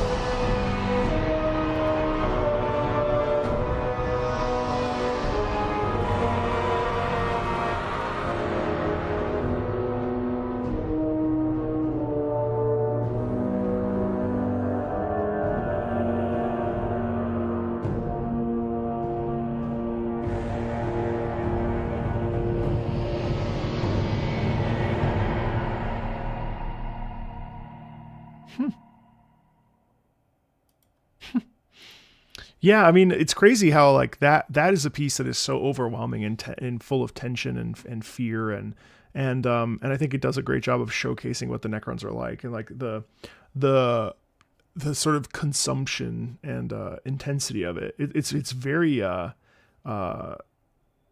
it's almost like there's vitriol in the music itself. You know, like there's this twisting and turning and squeezing of the life out of you and a lot of heft as well on the dum dum da da dee da da da do do do do, you know, stuff. It's fun track. All right, Gitaroo Man again, Born to Be Bone with more gameplay. The 7th stage of the game, lots of I wish I could play this on a modern console.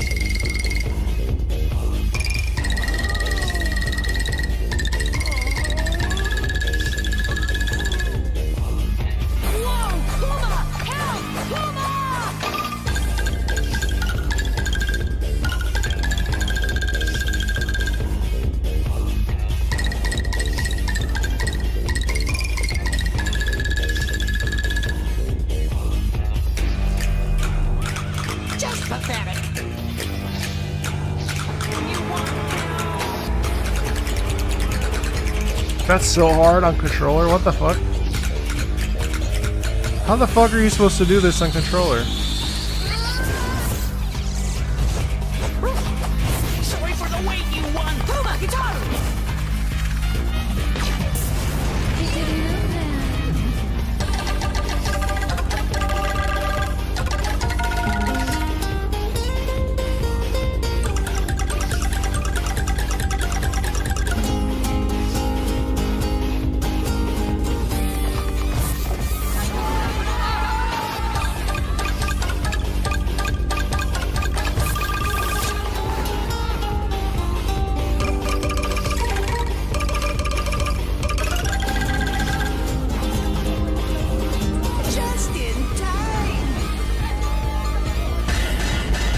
Hey Monarch, how are you?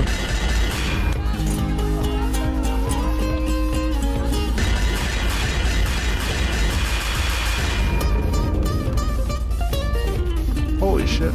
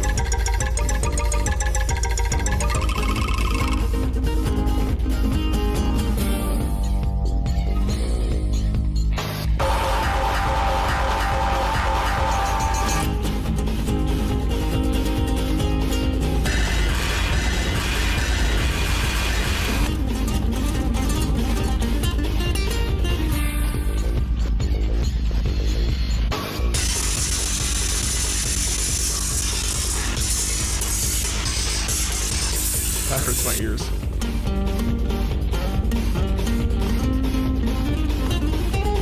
So give us a mic.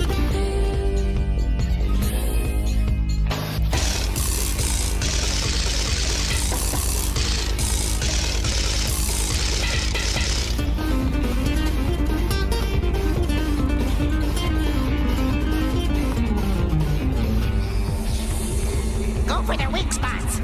What weak spots? Their weak spots are, I forget.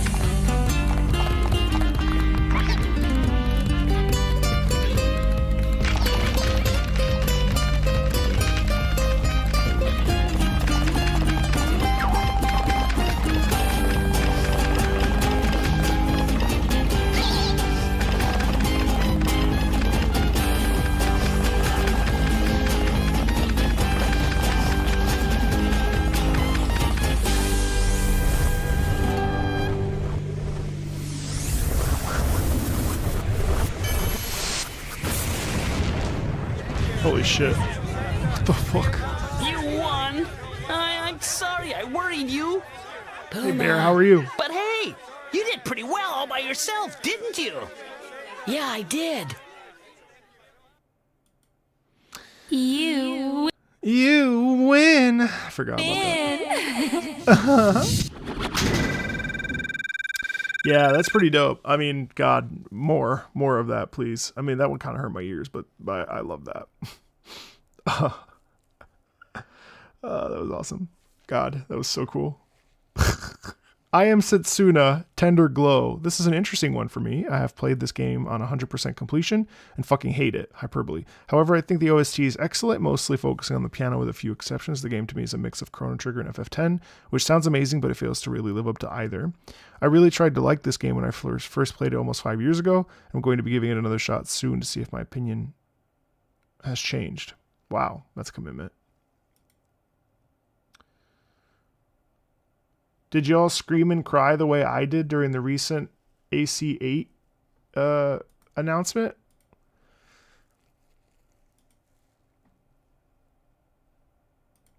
No.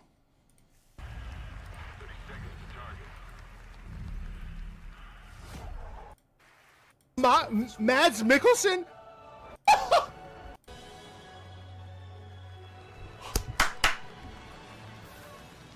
2026! Woo! Yes, that's right. Back in 2026. Great to behold. Hold on.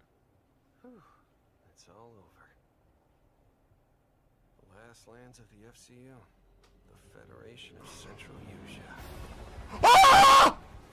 First of all, joining us on this ship. You don't like that, bub? Why don't you like my joy, bub? How could you do that to me?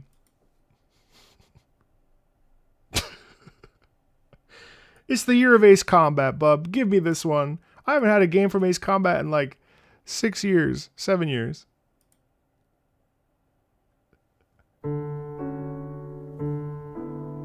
No, I know Bub is teasing, I would assume. Bub could have left like the first time. Still here.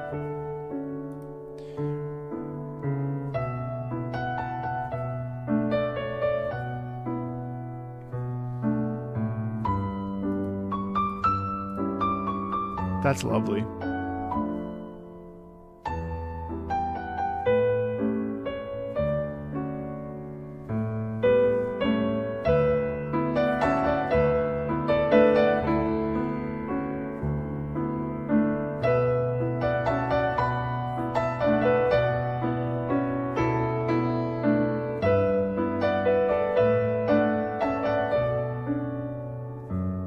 God, that's really excellent. That's beautiful.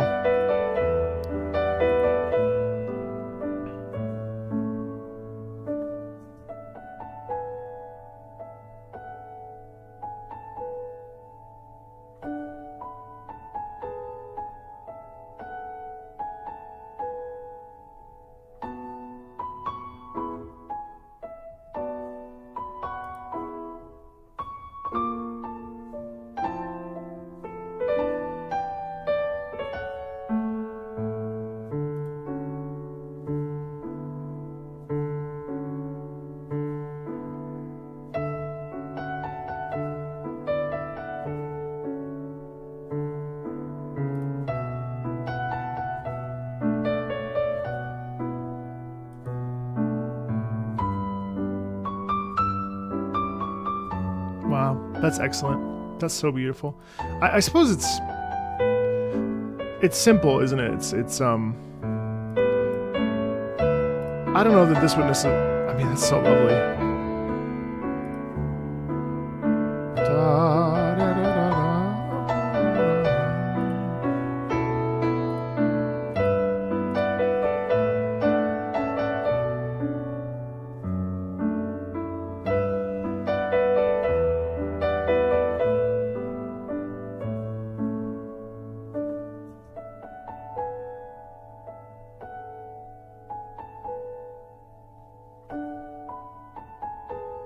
That's really lovely.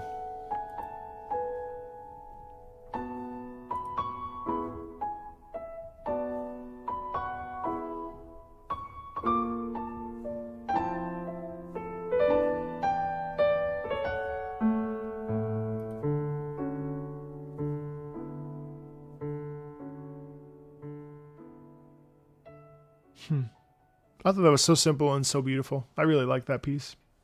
Really lovely. Very Ghibli. Actually, you're right. Yeah, very, very Ghibli. Ghibli. Really nice. Really nice. Azra, Pride of the Sun King. Oh, you did end up checking out Absalom. Isn't it great? So fucking good.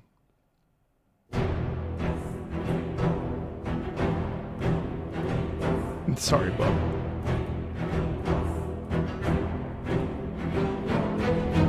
You guys, this game is on sale right now. I think you should check it out. At least check out the soundtrack. This shit is so fucking good. The soundtrack is amazing. It's one of the best soundtracks of 2025.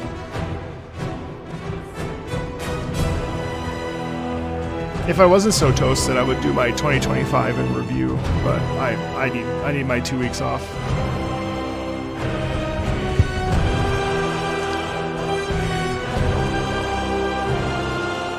I have like no brain power left.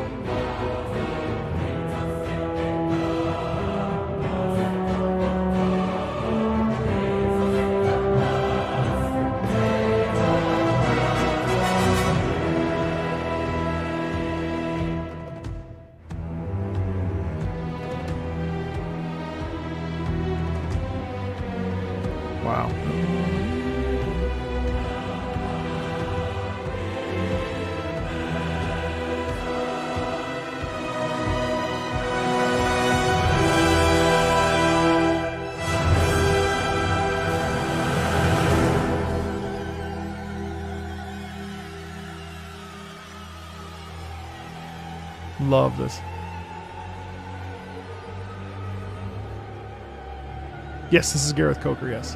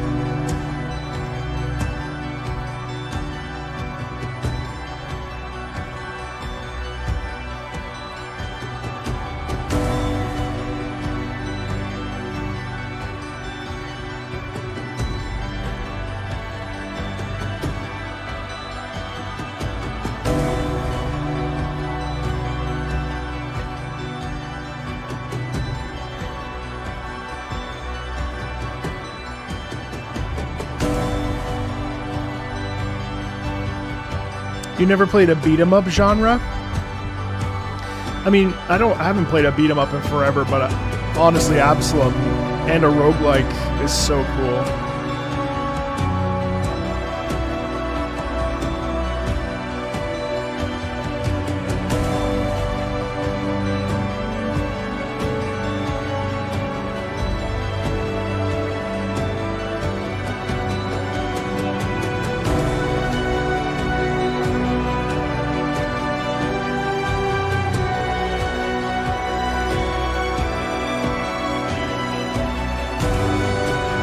Wow.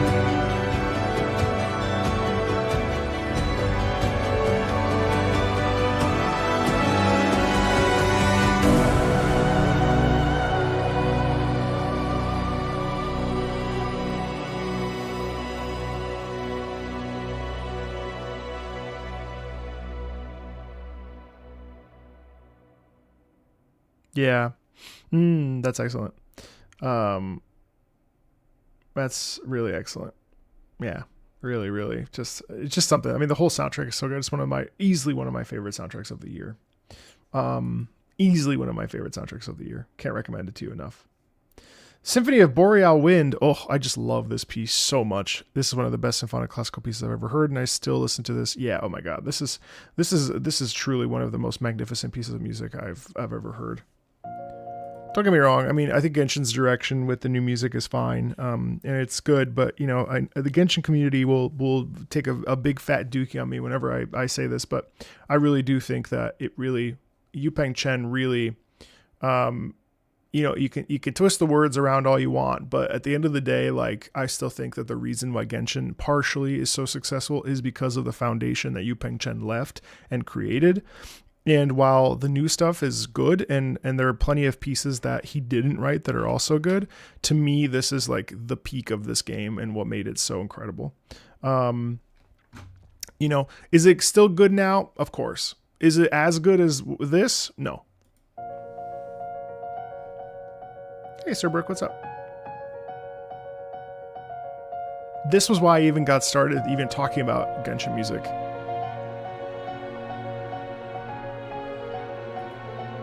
His vision is really something else.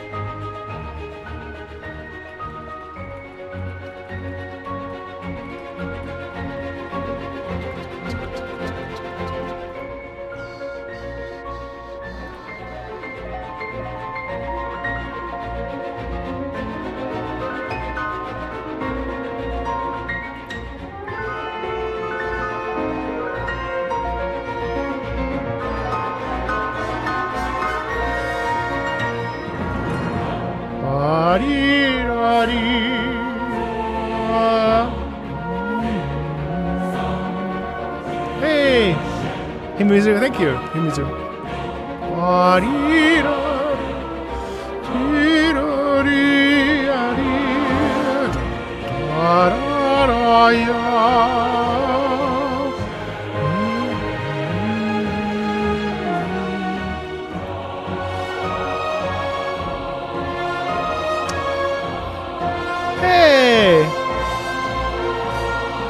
Thank you for the raid, Aga.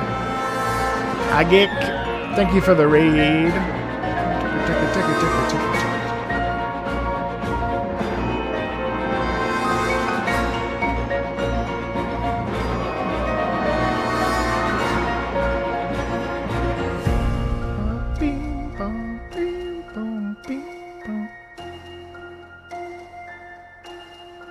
Wait, it's Ajik?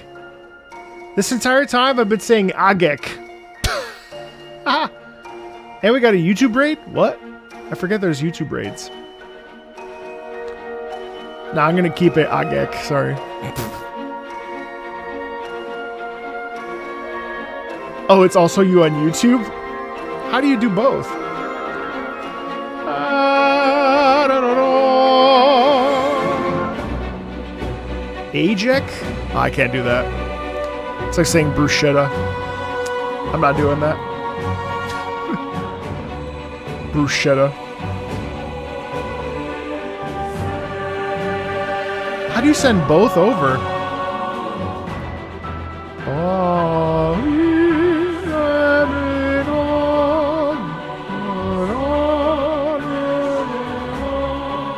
Oh.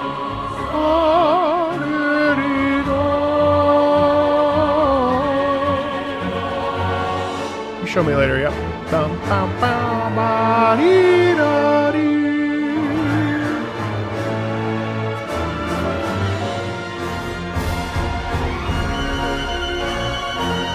Okay, wait, I have a thought because I've listened to a lot of this music.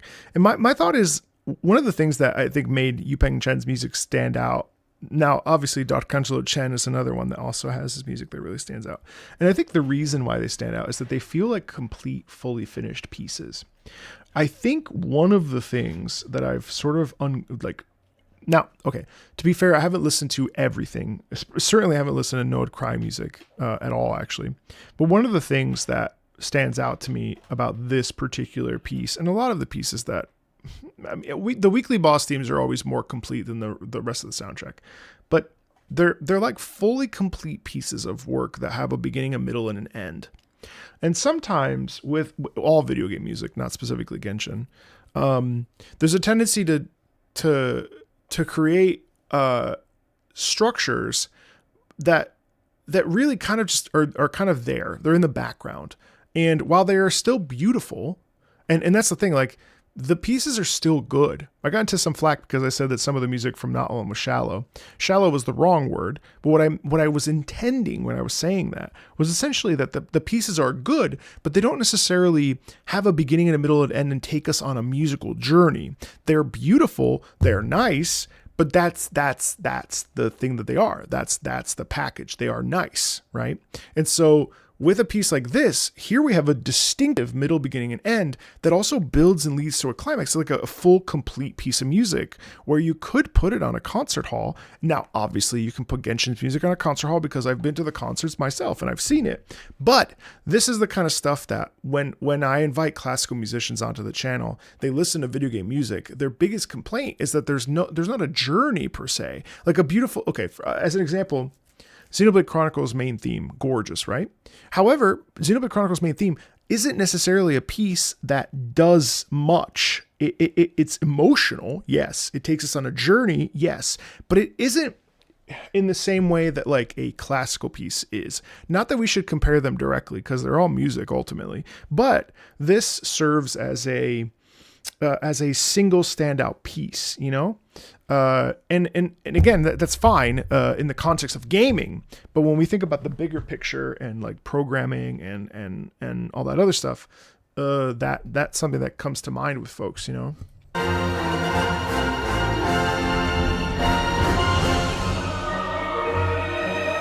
Hi, Minion.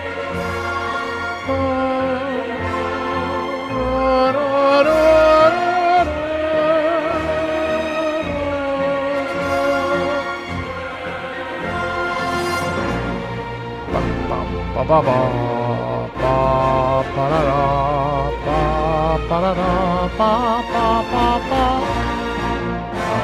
ba da da ba ba da da.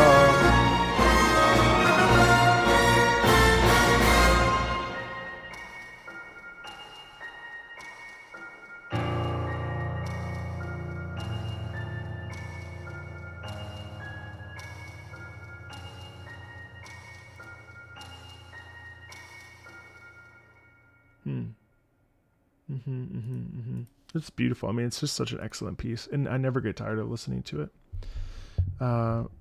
Never get tired of listening to it. Let's do Symphonic Prelude from Drakengard 2. The intro theme for Drakengard 2, very pretty but slightly chaotic. This game might not be reviewed the best, but by fans, it had quite an underrated OST. Some hit more than others, but I hope you enjoy these requests over time. The build-up is beautiful. Agek, what are you doing? What are you doing? Are you done? Are you done for the year? Are you taking an extended break? We can talk about this separately too.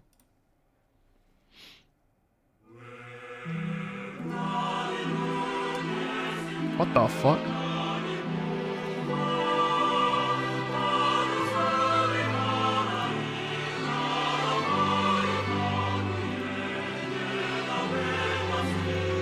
That's ZZZ special program.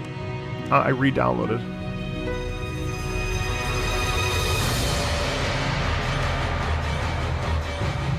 Oh fuck yeah, dude! That's fucking crazy.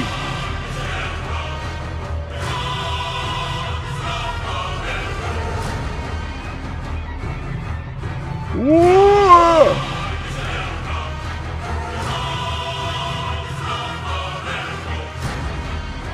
Shut that down! Shut that down! Shut that down! Shut that down! Da da da da da da da da da da da da da da da.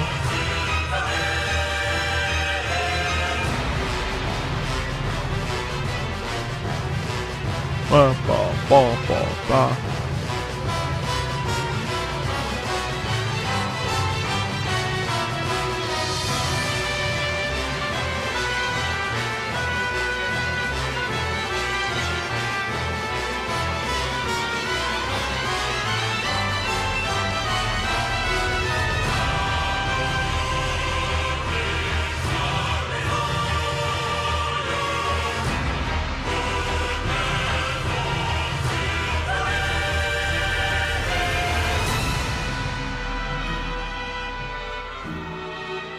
Whoa, holy pullback then.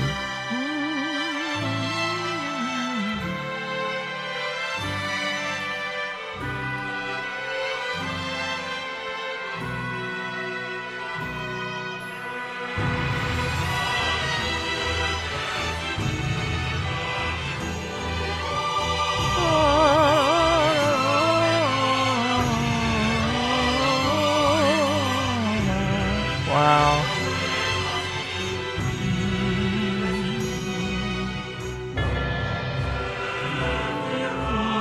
Is this Okabe?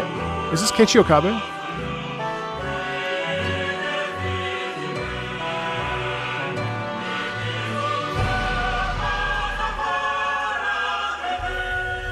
No, Matsumoto.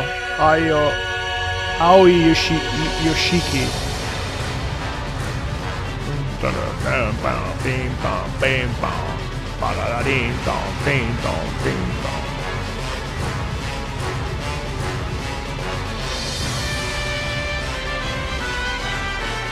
Holy shit.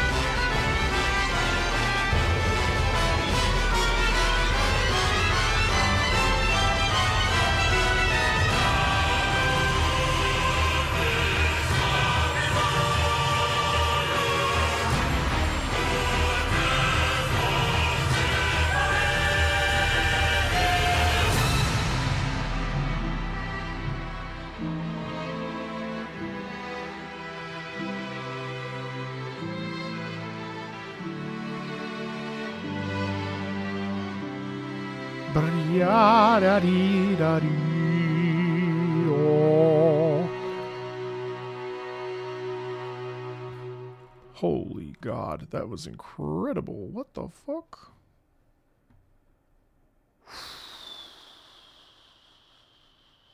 Wow. Loved that. Holy shit. Holy shit. Genealogy of the Holy War. Dance in the Skies. Plays when fighting a civil war in the snowy kingdom of Celeste, where the protagonist Sigurd flees to. Bells and chimes fit the location with a sadness in the melody as the story takes a dark turn.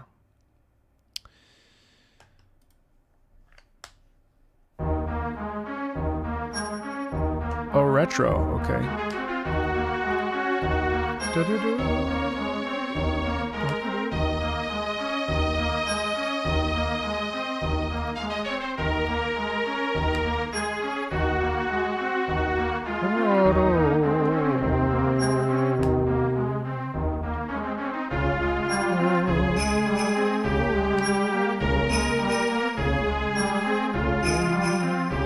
Yeah, you hear it. I love that you see. We never deviate too far from this particular sound with the chimes and stuff.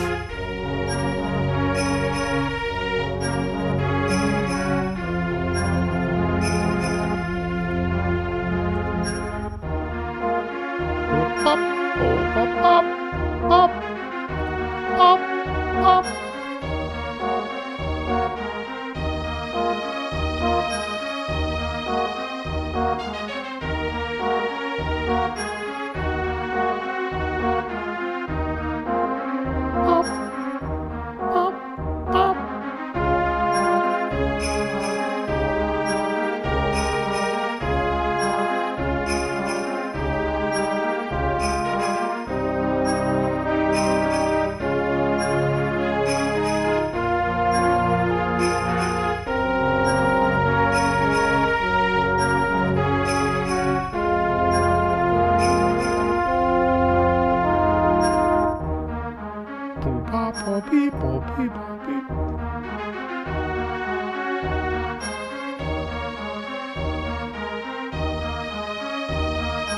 Boom, boom.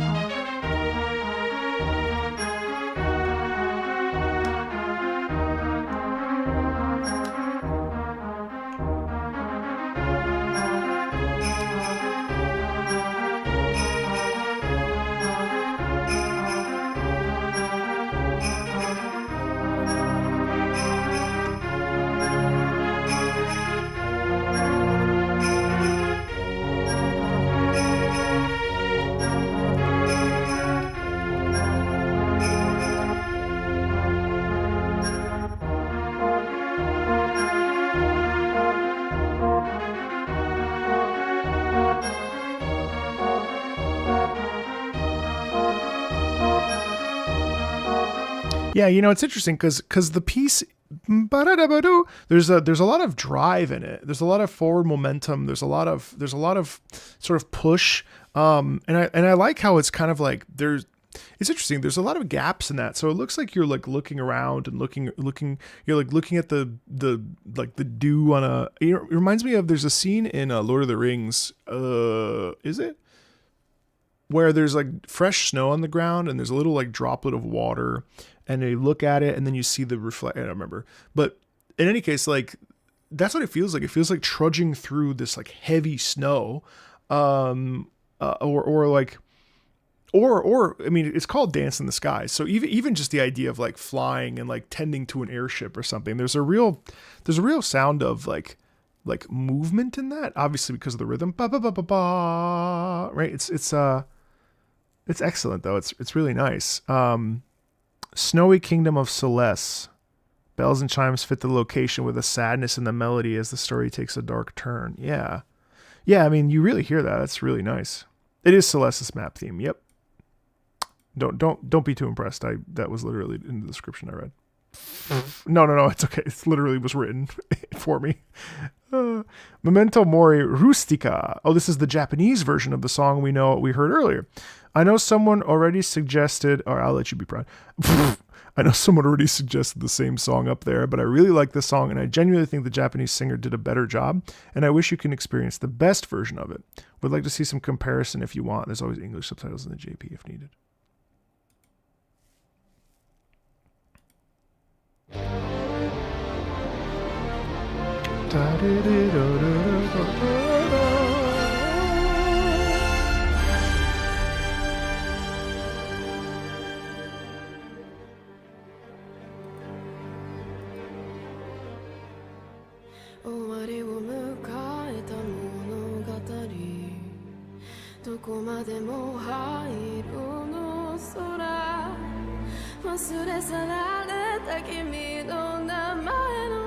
Yeah, I mean, it's better in Japanese.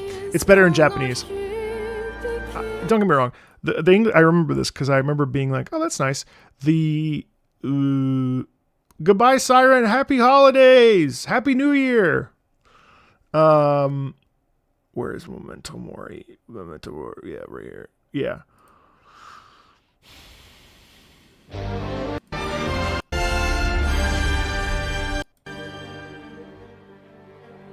Fades to its sorrow as our story fades to its sorrowful end under endless gray sky so out of contrast.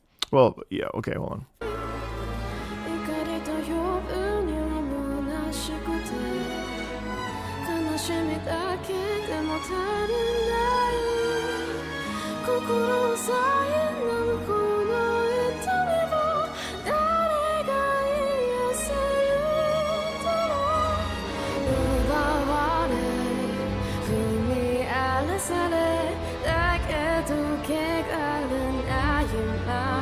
Yeah, I mean, one of the interesting things about Japanese is that actually in singing Japanese, based on what I've been listening to recently, everything's syllabic. So, everything is very syllabic. So there's tons of individual syllables that have their own unique consonants and vowels, which really works, I think, in the flavor of the piece. I have seen Everything Burns. I just haven't done a video for it yet.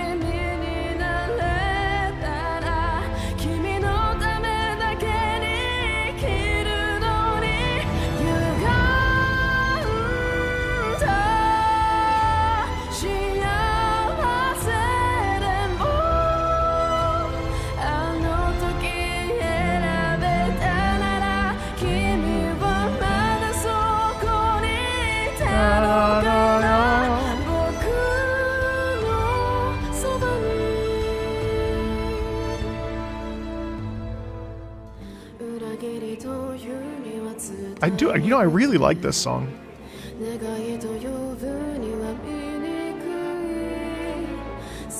I like that it's pop mixed in it's pop mixed in with orchestral.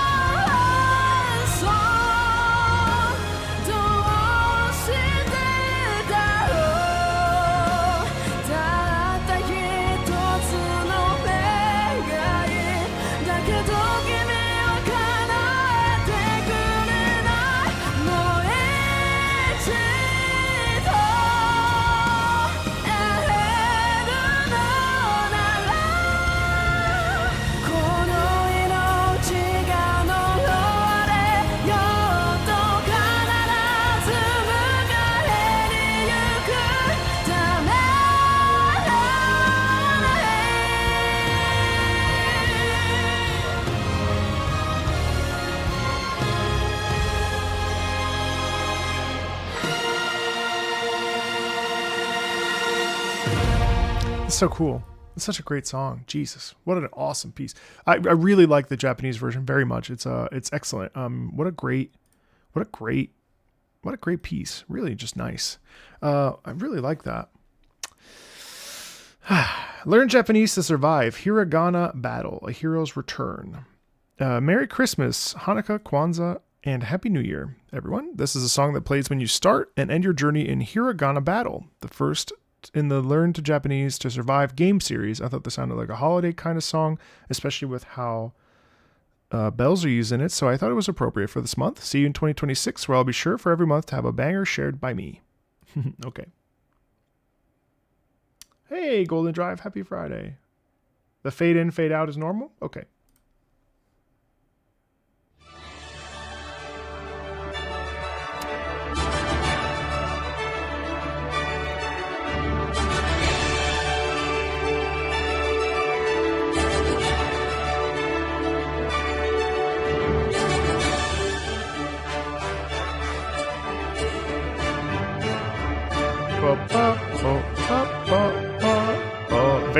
Very.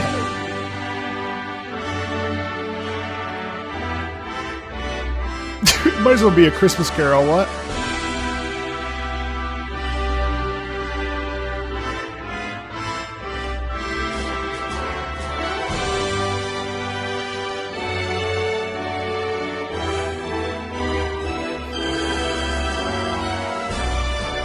Now we have a march.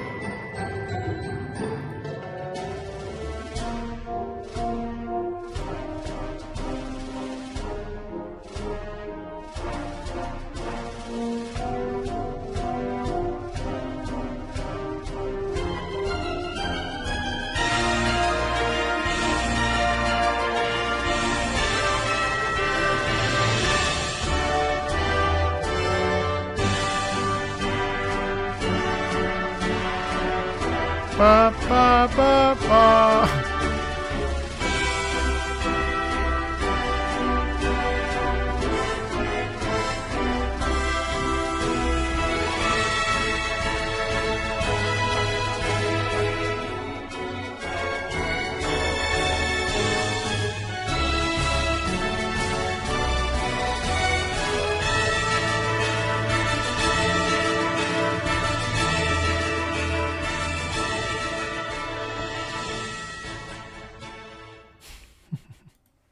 Yeah, it's fun. It's a real, like, obviously it's extremely celebratory. I actually really dug that. It felt like, welcome, yes, we can. And then it ends up having this like Christmas vibe, which is really funny. Overall though, it's a fun, peppy, enthusiastic piece. I quite like that. Shantae! 1/2 genie hero, dance through the danger. Can't believe we've been doing this for 2 years and a half and no one's requested this yet. Fine, I'll do it myself. Composed by the GOAT Jake Kaufman and sang by Christina Veit. Huh? Oh, wow. This is a song blasting there in the first level of the 2016 platform game. You know, I might pick this up actually because I've been in a platformer mood. I don't know why I fucking hate platformers, but I don't know why, but my brain's just like, buy platformers.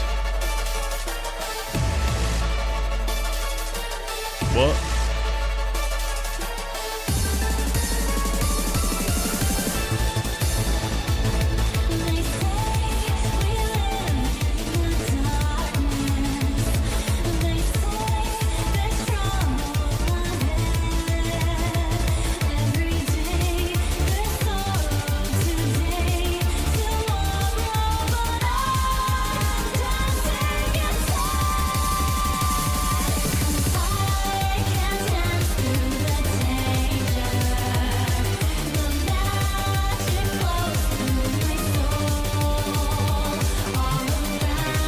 Which is the best Shantae?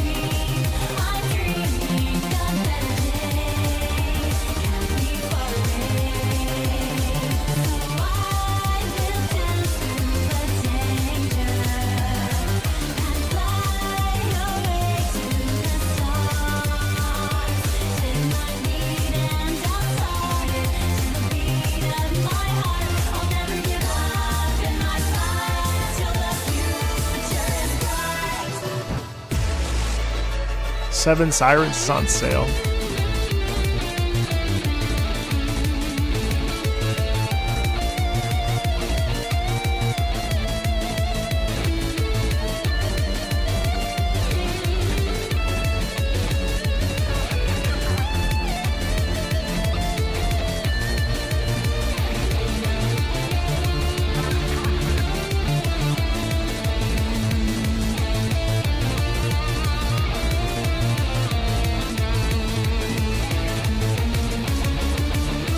Pirate's Curse.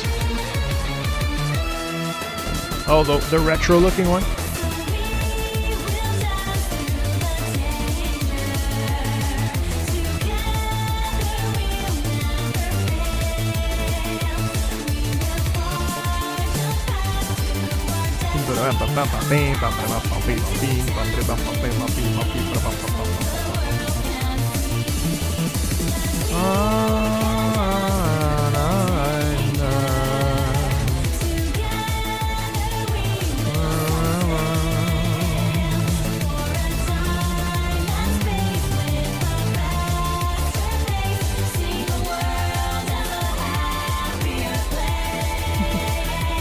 Nice harmony.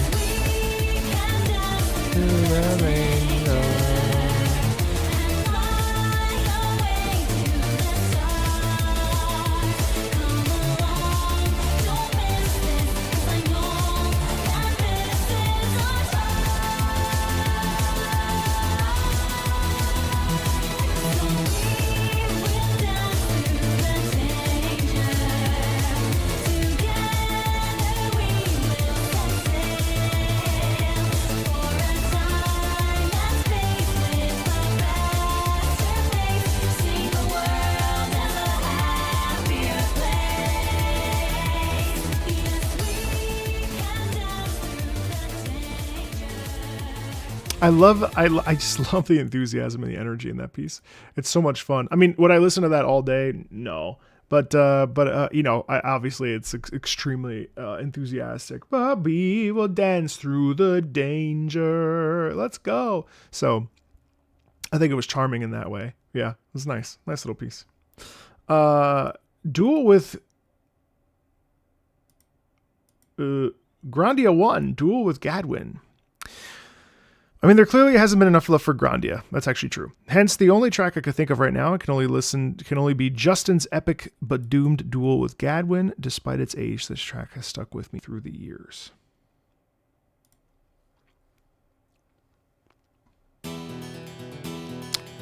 Nice.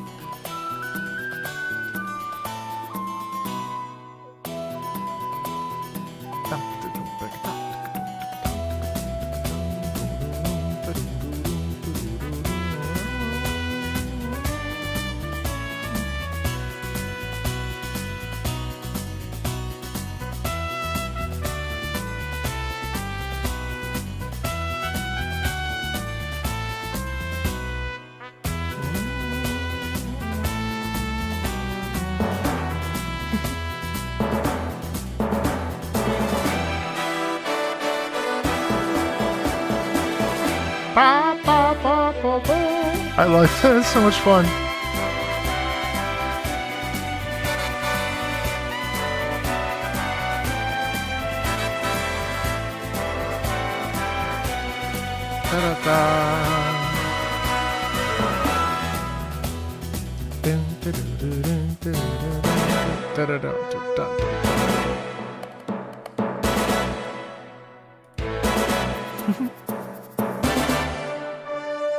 Da-da-da.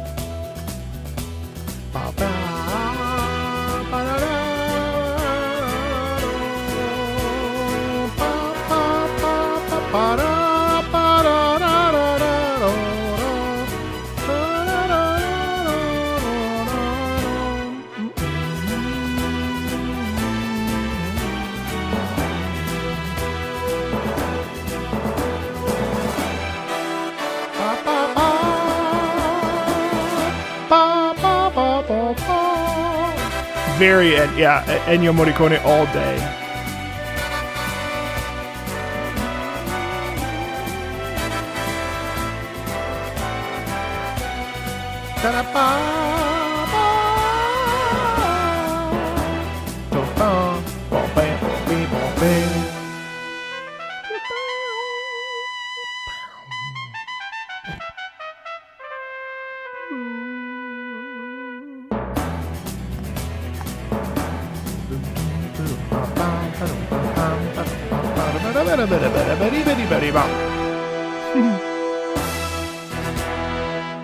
So much fun. Yeah, I mean, what an excellent little piece, you know. It's cool. It's cool to hear that kind of a sound, and you know, Grandia of all things. I should play Grandia. I feel like it's one of those pieces that or one of those games that you know, just scratches a certain itch that I've never actually spent any time in. Gosh, you know, guys, it's been quite the year. And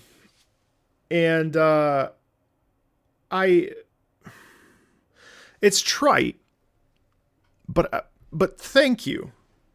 Thank you to those of you that are, first of all, thank you to those of you that are not patrons that come and hang out. These Friday streams are very special to me. I take them very seriously. I enjoy them very much. We've gone through a bunch of iterations on the Patreon and how to bring in people and have people come and hang out regardless of Patreon or not. I hope that, you know, I do need to do a better job of having the community at large be heard. It's definitely something I need to prioritize in the new year, and I will some way and somehow. You know, we do a lot of giveaways on Discord. There's a big one coming actually imminently. You know, that's one way I try to give back to the community, of course, at large. For those of you that are patrons, of course, it goes without saying, whether you're in the anime channel or you're in the you know, this tier for listening to music or one of the high tiers, like, there's really no way to do this without a community, and there's really no way to do this without the Patreon. And so humbly, I have to say thank you so much. You've allowed me to hire an incredible editor in Bob. She's been a miracle for the anime channel. Buonasera, buongiorno, come va? You helped me just keep the train on the station, in the station, and you take away a lot of the stress that I would feel if I didn't have your support. So, you know, unfortunately, I'm not at a place financially where I'm like, you know, we're not in a place, I'm not in a place financially where, you know, I can function without the Patreon. And so having all of you come and support and you know, providing feedback and so on and so forth is immeasurable. And I can't say thank you enough. Humbly. Yeah, I feel like we have a really nice community with the Patreon and also in the VIP Discord, but also just in general. So I feel really grateful for all of you that come and hang out and find value in this listening to music. You know, it's very rare to have opportunities to just sit and enjoy music together in a communal shared experience. That is the very least that I can do. It is the least I can do, and I'm very grateful. I've been able to really find my footing this year because of these streams. on Fridays. They've really helped me feel more confident. They've really helped me. How to explain this to you? Basically, I think these streams, because they're so relaxed, have given me the wiggle room to bring this energy into my day-to-day videos. So thank you for allowing me to become myself in a big way on the internet, which is very hard to do. So I really appreciate all of you, regardless of your Patreon status or not. And I just, this is the last time you'll see me before the new year. So just happy new year, happy holidays. I hope you're well. I hope you stay safe. I hope you spend time with yourself or with your family. I am just so deeply, boundaries aside and, parasocial lines aside, and indebted to many of you. Obviously, I am the one behind the screen doing the work, but at the same time, it takes a village. A huge emotional shout out to my mods. My mods are some of the best people I've ever met. I'm so grateful to them. They bust their fucking ass. So it's just thank you to my mods. Just so much. If you want to get a code, if you want to be a part of a giveaway, I'm giving away 10 copies of Ace Combat 7, and I'm giving away oh, yes, and if you want, actually, if you have free time, we are looking for 2 more mods, live stream mods specifically.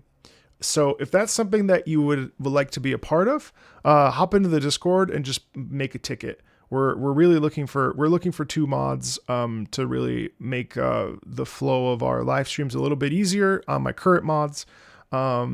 So if that's something you're interested in, definitely put in a ticket on Discord. We're also giving away 10 copies of Ace Combat 7 and I think 12 codes to the Soulframe Alpha. So if those are 2 things that are interesting to you, absolutely stay tuned for that in the Discord. With that being said, I think it's time to end this guy. I'm going to raid my friend Chio. I don't know what she's doing. Did I kill sleeping? Oh, they're playing Fantasy Life. I love how we're saying doobie. We're not NA No, based. Dinkum. This is the Australian. Do we have a toxic The Australian something. We're so far away as well. Like we're not even close. All good. We'll definitely be collabing together next year for sure. So thank you guys. Be well. Be so well. Happy New Year. Happy holidays. Merry Christmas. Everything else. And we're gonna head over. So bye, you guys. So great to see all of you. Thank you so much for this amazing year. Thank you so much, guys. I was like, I'm gonna buy this shovel. I don't have any money.